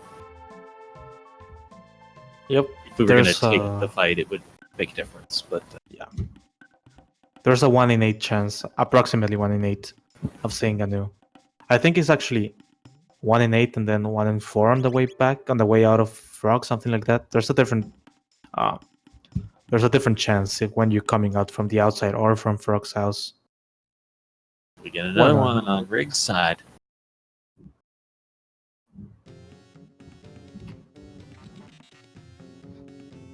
I do a lot with FF1 as well, and the sort of equivalent of the new is called Out of Bounds Bat. He just stays completely out of your way because he.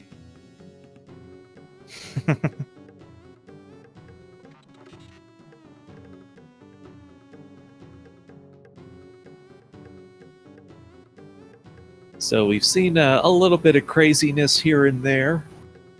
We saw El Magus take the Hecron fight, which just goes to show how well the rest of his run has gone. Oh yeah. We saw one little fight with the buggers throw things off.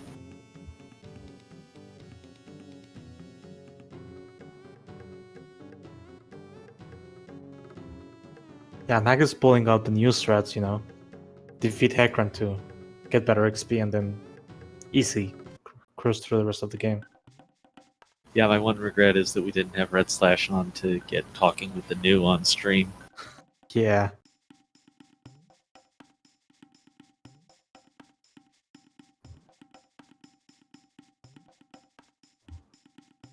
So, as we're going through the Glenn cutscenes here, we see his backstory. He worked with Cyrus. Cyrus was trying to save the day,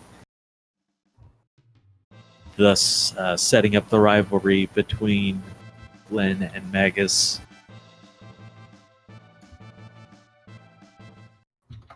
Cyrus had already been mentioned by Masa and Mune for having obtained the Masa Mune sword.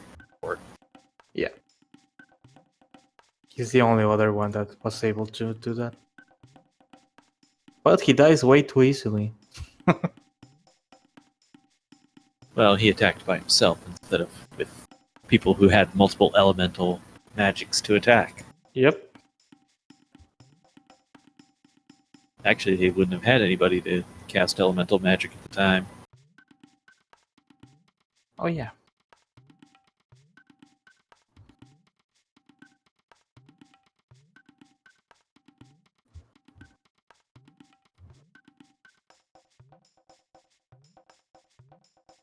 It's always fun to watch high-level speedrunners do this stuff and just make it go by something so fast they make it look easy, and I know that there is not that much margin of error there.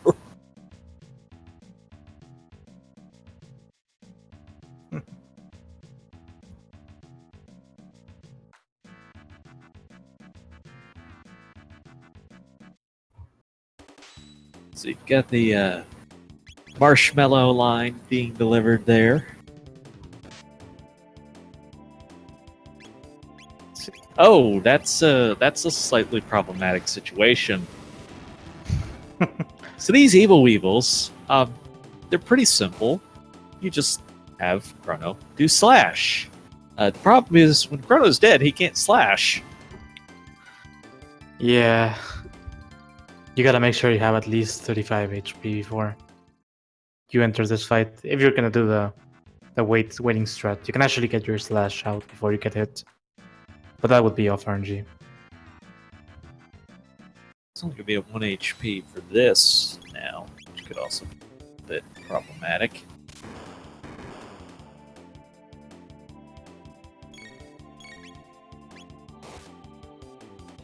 You shouldn't take the release.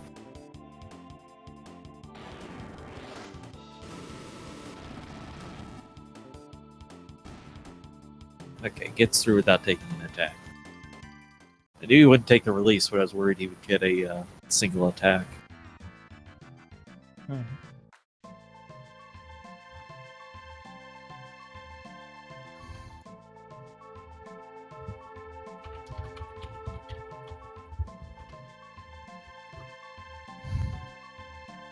Magus getting to the best part of the cutscene. Monkeys or jerks, just make sure they're going down. And then this is the one Megasaur you're able to run from. I don't know, there may be another you can run, but yeah.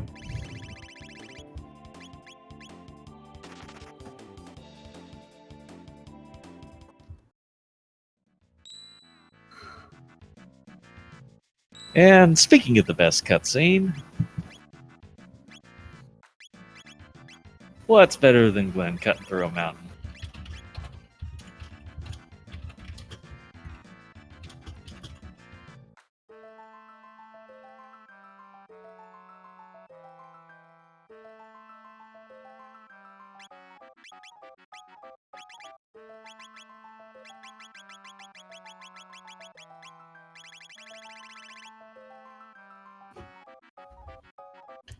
Yeah, I think Adrena's gonna be done. He messed up the shop, so he wasn't gonna be able to get the unequip.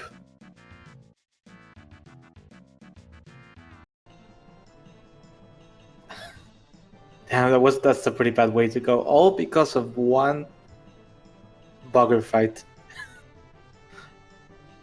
Like 40 minutes into the run. Yeah, so gonna see if we can swap this out for Red Slash. Sure. Oh, you fixed the unequip. Okay. Makes sense.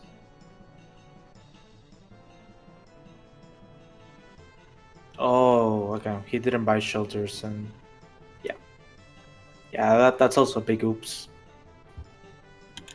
You need your shelter. Oh man. We have a new leader by quite a bit in Red Slash. Doing the very impressive flea fight, where she doesn't do absolutely anything.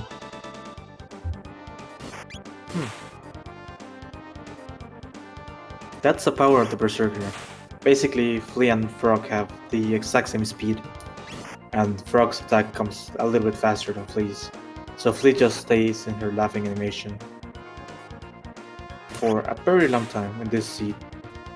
And then you finish her off with a couple of attacks because she gets off of RNG.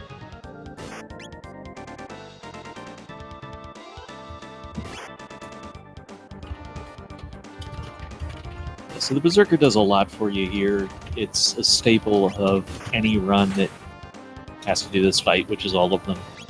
So it's obviously critical in this run, but even in glitchless, you use it to do a lot of damage and keep Flea from doing a lot to you.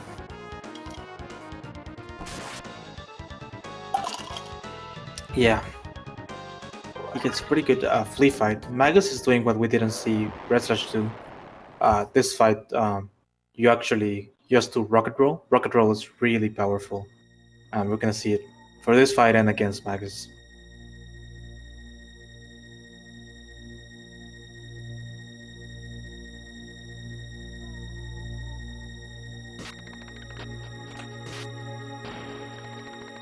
Red Slash is running through, not triggering any fights. This fight you have to do. This fight's actually one of the trickiest ones. This is gonna sound really weird, but if you move your cursor before Frog attacks, the RNG messes up. This is the only fight in the game that happens. If you literally touch your cursor, don't even select anything, just touch it before Frog gets off his first attack, you mess up the RNG. That's just the way that fight works, so gotta be patient for Frog to do his first attack before you do anything else. This also is probably the most critical fight of the Berserker, not for an attacking weapon, not for the attacking values, but for the defensive values. At least on the glitchless side, it's just absolutely critical with how much that defense is working against Slash. Yeah. Yeah, it helps a lot. You're gonna see actually Frog on really low HP a couple of times, and that's the main reason why Frog doesn't get fully unequipped, because we still want him to have some physical defense, because Slash attacks with both magic and physical attack, sorry. So we need Frog to have survivability for both, since he's basically the one that carries the whole fight with Berserker. He deals 400 with crits. The rest of your party deals barely 100. So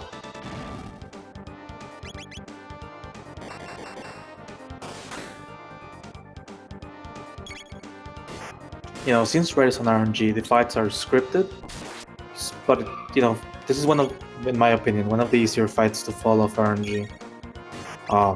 Just because it's so long, and one misstep just means it goes off the rails. And the first phase is pretty easy, but second phase is actually kind of hard. Slash hits pretty hard in the second phase.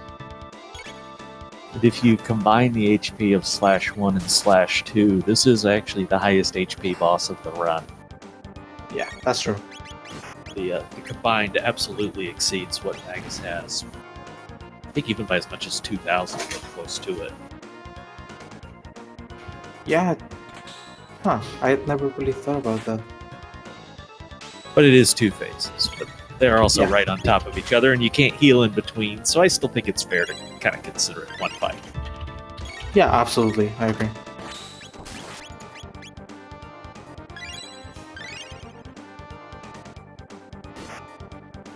As Magus takes care of business with Flea.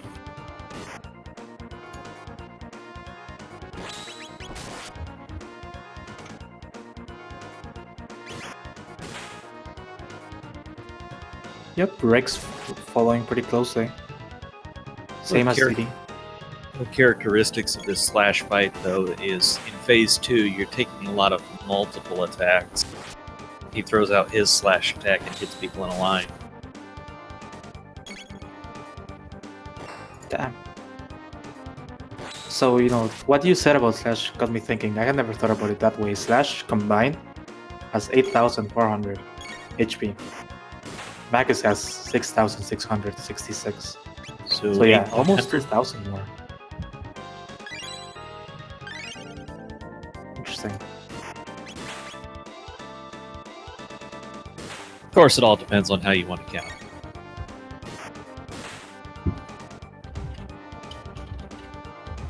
But really, with the bosses we have to fight, there's quite the explosion of HP. You go from Dragon Tank to Moss Immune, that's a massive spike. Yeah. And then from Moss Immune to these bosses here, that's another massive spike.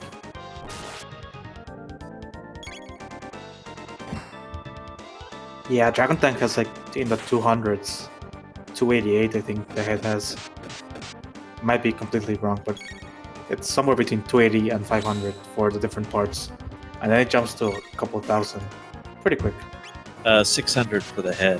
Oh, 600, okay. I've had to count that number plenty of times.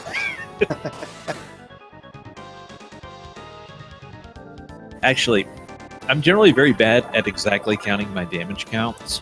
So I usually ballpark it where, okay, I'm doing 120, I'll count it for 100, and then like on the third or fourth attack, I'll round up to the nearest 50.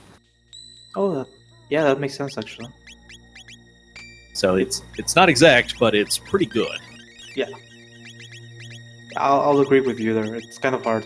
I've never run glitches myself, but keeping, like, when I get off track for Slash, for example, keeping track of your damage plus what you have to do next, plus, if you have to heal, etc. It's not easy. So yeah, your idea is actually pretty good. I'll take it. I'll take it as notice. Magus takes a death to Chrono here against Slash. That's a little off what you're trying to do. I don't know if he can recover from that. Well, no, he's Chrono's fine. going to be down. I mean, phase. for the fight. Yeah. That's the good thing about that first phase. You can immediately revive for the second one with 1 HP, but the first thing we do here is mid 20 Chrono, so.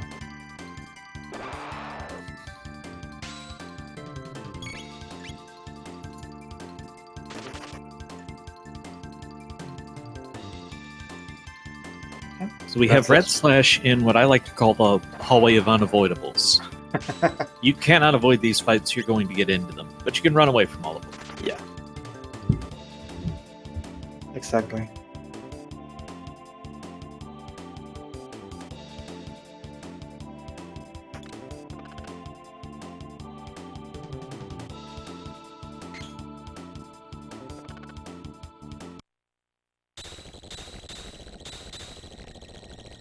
So, don't get a haircut here, bottom line on this room.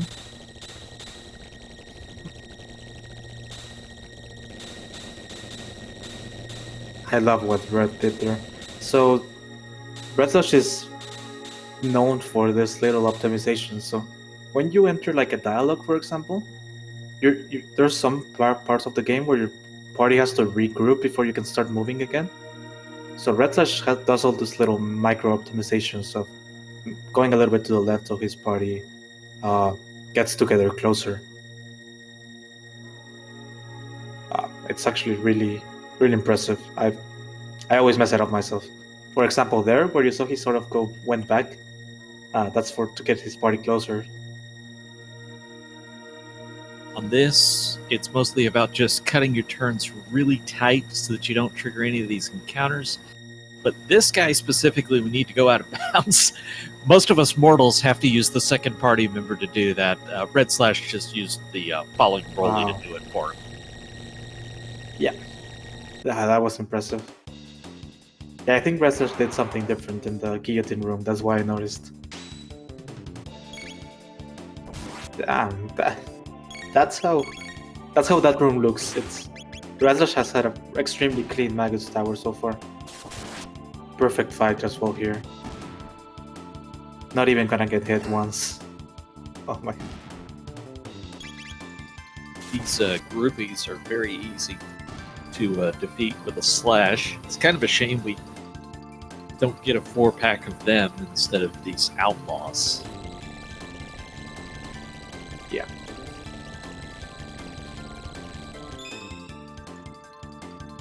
This is a fight that's just really annoying and not necessary.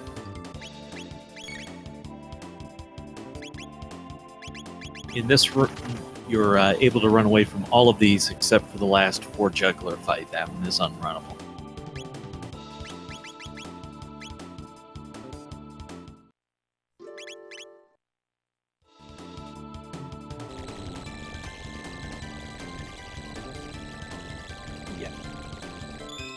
Yeah, for some reason they made the middle fight runnable and the other two not.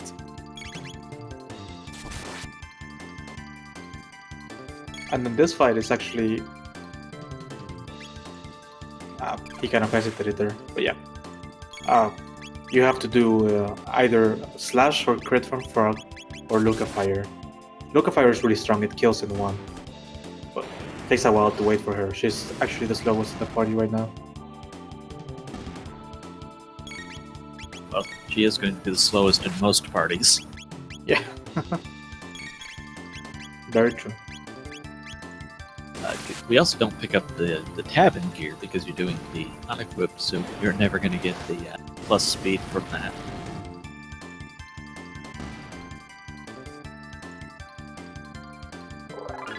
That takes care of business with the jugglers.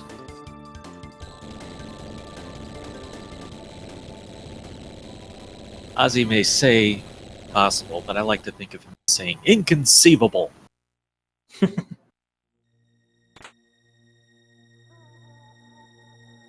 This is the hall of completely avoidables. All you have to do is run to the sides and you will not get encountered. You can just stay on one, you don't have to do both. And if you pick up that treasure chest, you can get out of there without a fight. But you have to be a little more precise than if you skip the treasure chest. Yeah. Now the great boss of the Magus Castle. Of course, I'm speaking of the bullies, not Ozzy.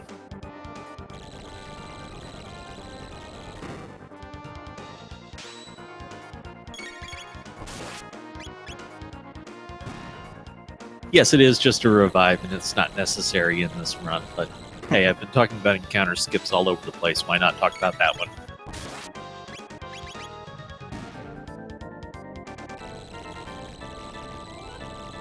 Now the real question, is Red Slash going to do a slurp cup? No. No memes. Nope. Going into the Magus fight now. With a pretty big lead over the rest of the people. Got Drunken Draconian working on the slash fight. Everybody else is a little past that right now. Of course, Magus just cleared the pit room. If you fall down any of those pits, you do have access to a barrier, which is, again, this is the route with glitches, so that's not needed. He does the that rolly skip there as well instead of using the second party member. Yeah.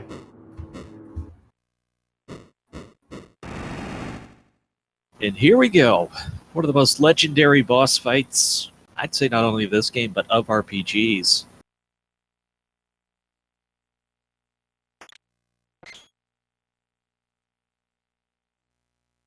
And some great music to go with it, too. Oh yeah, probably one of the best in the game, if not the best. And it fits so perfectly, you know, the dark room, the fire behind it. Feels like gloomy. Just really, it does that extra job of painting the picture and giving it that epic feel. Yes, exactly. Oh, Riggs missed that skip. He tried to cut that turn sharp to get past the rolly instead of waiting on it to clear him the whole way. He was, I think, a little quick to it, maybe. No, he's either quick or slow, and I'm not totally sure which. But ends up triggering this fight he didn't want to. Yeah, I think he had to wait a little bit more for the wall to go a little bit further to the right.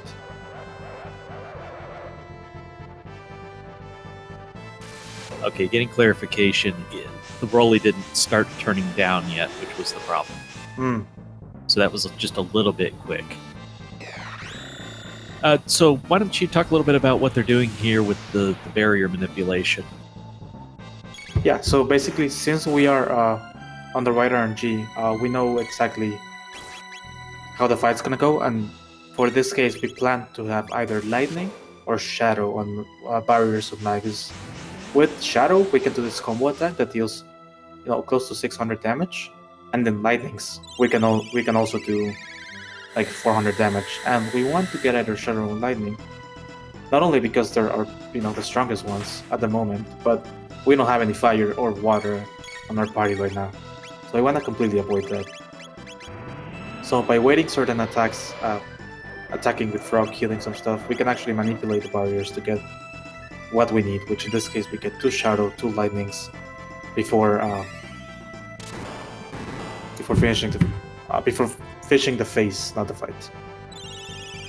That's the second lightning, I'm pretty sure. Also, or maybe Glenn here to make sure he's weakening the magic defense. You want to make sure he goes in between. Yeah.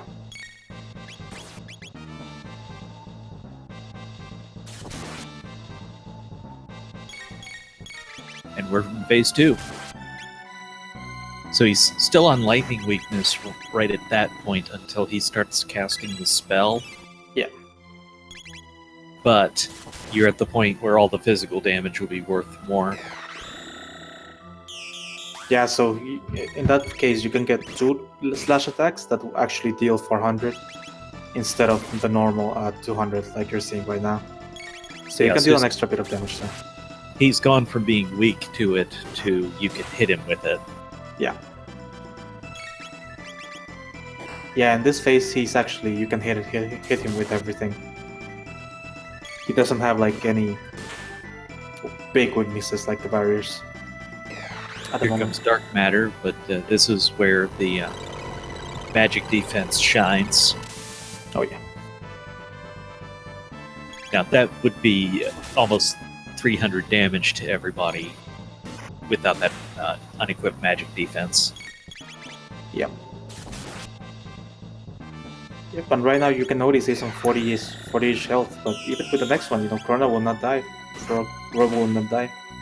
There's always the risk of getting the cycle's pretty tight for getting a second dark matter or not, but you can kill him just a little bit before that if you play the fight perfectly. The chat pointing out that's instant death. Normally, in the glitchless run back at the mountains, they have to pick up the silver stud to get bonus hit points, and that's how Chrono's able to survive. And that is GG for Red Slash. Yep. Timing for the race, it's when Magus kneels, just for accuracy purposes. Bam. There we go. There we go. 152.35 for Red Slash. That's a pretty good time. And Magus keeping pretty close, and Riggs is also Nazi.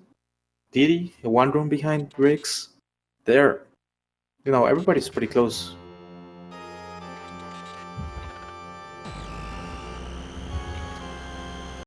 Unfortunately, we had Adrena have to forfeit, and Rallies also had to forfeit off stream. So we still have these 3 runners on stream, and we have Kitchen running still. Let me update you on how well he's doing. Yeah, let me see if we can get him swapped in. We actually don't have anyone with usable audio right now. Hmm. But I think we can get Keach. He is in Magus's castle. Ooh.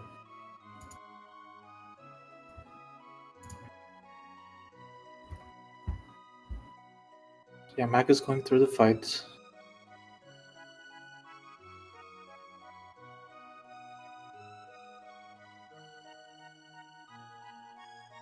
Off RNG. Oh boy, this should be fun.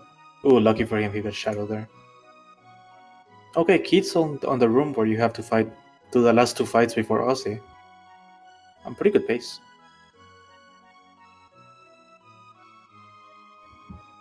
Okay, I think we're going to be able to get him in here.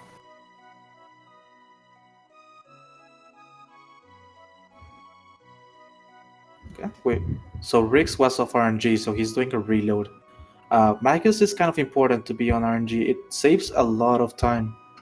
Sadly, the reload for Magus is really hard to hit.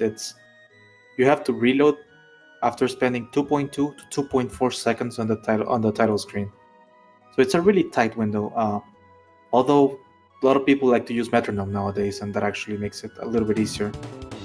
We also have this little Ayla GIF and Robo GIF, which can help you count. Like if it was a metronome, you count like 10 or 12. That's what you need, for example.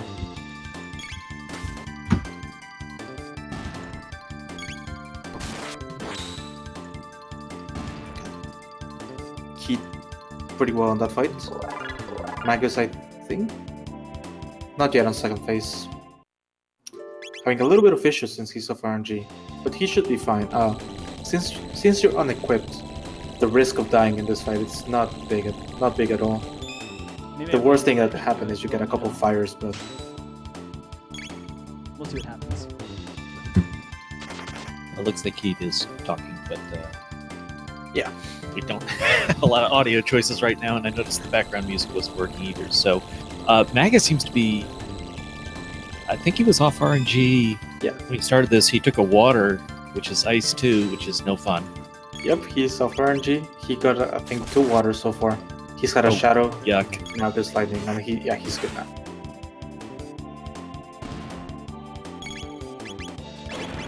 Since he's off RNG, he's doing lightning instead of slash.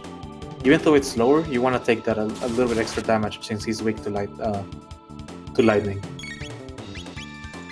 Lightning is a little bit stronger, but its animation takes longer. He is in phase 2 now, so Yeah. there shouldn't be any risk of losing the fight because he can Yeah, no. definitely heal after Dark Matter 1 if necessary. Ooh, Riggs is also off RNG. Oh boy.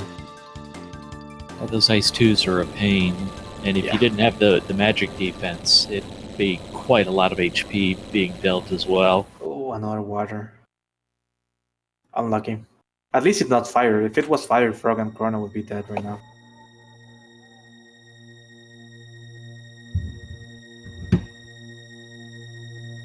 Since we don't have any fire defense from the unequip. Yeah, that room keeps in. You have to run diagonally. There we go. If you're facing up, you run the risk of triggering your fight. That was how it was done early on. You used to just like kind of run you stop at a certain point and then run up. That would actually make sure you never trigger the fight. But then it was found out that you can just run sideways and skip it completely.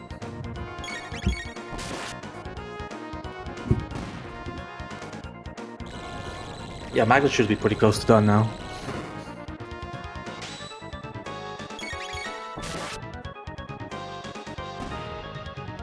DD, it's also, I'm pretty sure DD is an RNG. I haven't keeping track of him. Yeah, he's an RNG. Should be good. Rick's finally catching a break and getting a shadow. That's what we want to see. I hope he remembers to attack with Frog first. Yeah, there we go. If you don't attack with Frog first, you don't lower his defense. So a rocket roll, instead of doing 580 to 590, will do 300 to 320 more or less. Max. Maybe a little bit lower. So GG2 El Magus 158.08. Pretty good. Second place. He's commenting on the SRL and the IRC chat. Happy birthday, Hekran.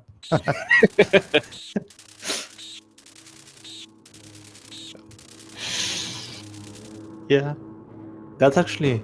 Oh my god. That's the first time I've seen Hekran done in the glitch category. Oh my god. I get a feeling he'll hear references to that once or twice from now on. Oh yeah. Oh yeah. His favorite boss. Drunken Dracone is also pretty close to finishing. He's already in second phase. Yeah, taking Dark Matter there. Worth noting that the full 80% run, from here you'd have to start the Green Dream side quest. Yeah. And it really wouldn't take that long from here. What is the actual... Yeah. You know the current record on that? 230... 238? Let me double check for any percent. Probably even lower. 225 actually, any percent. The 225 chat says I'll buy that for $1. I'm not And actually then- going to give you $1, but I'll give you my gratitude. Thank you. 225 is with the level shell skip. No LSS, it's 247. So yeah, after Magus, it's only like an hour. In an hour at the most.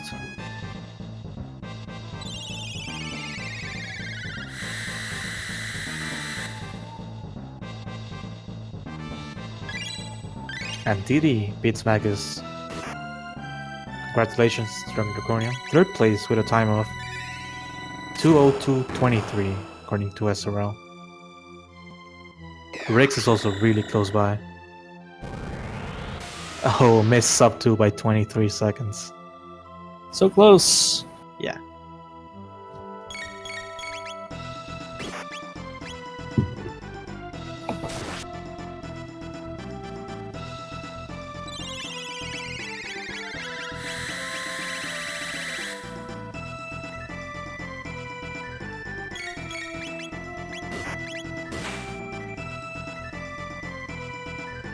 Just checking in if anybody wants to come in and offer any thoughts, giving them the chance to.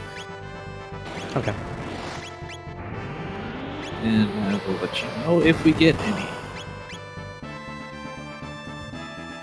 Rix is pretty and less part of the race. Yeah, and Riggs had some trouble with the very start of this. He basically spotted everybody a minute and a half to 2 minutes. Yeah.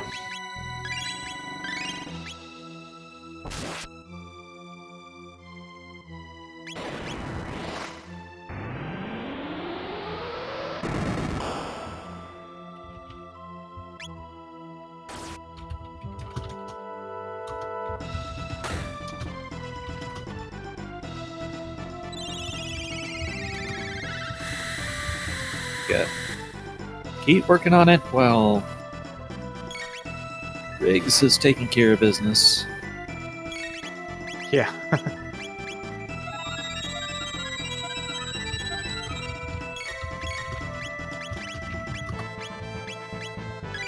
Yep, and Keith's also pretty close now.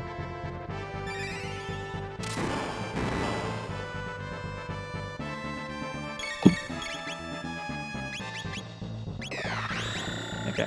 Second phase as well.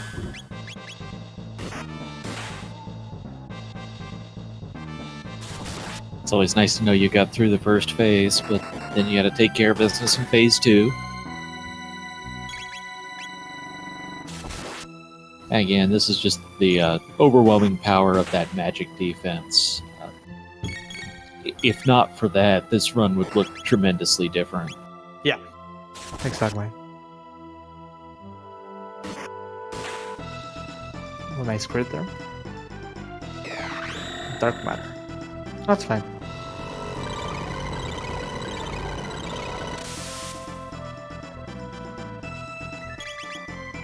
Yeah, looks like Niner there. Robo would go down in one more dark matter probably, but Yeah. he'd be the only one. Yes, I don't know if he's gonna continue the run. If he's not, then yeah. The best is just letting him die. It's not like the time that costs to heal him. You can just let him go down and then spam with Frog and Chrono.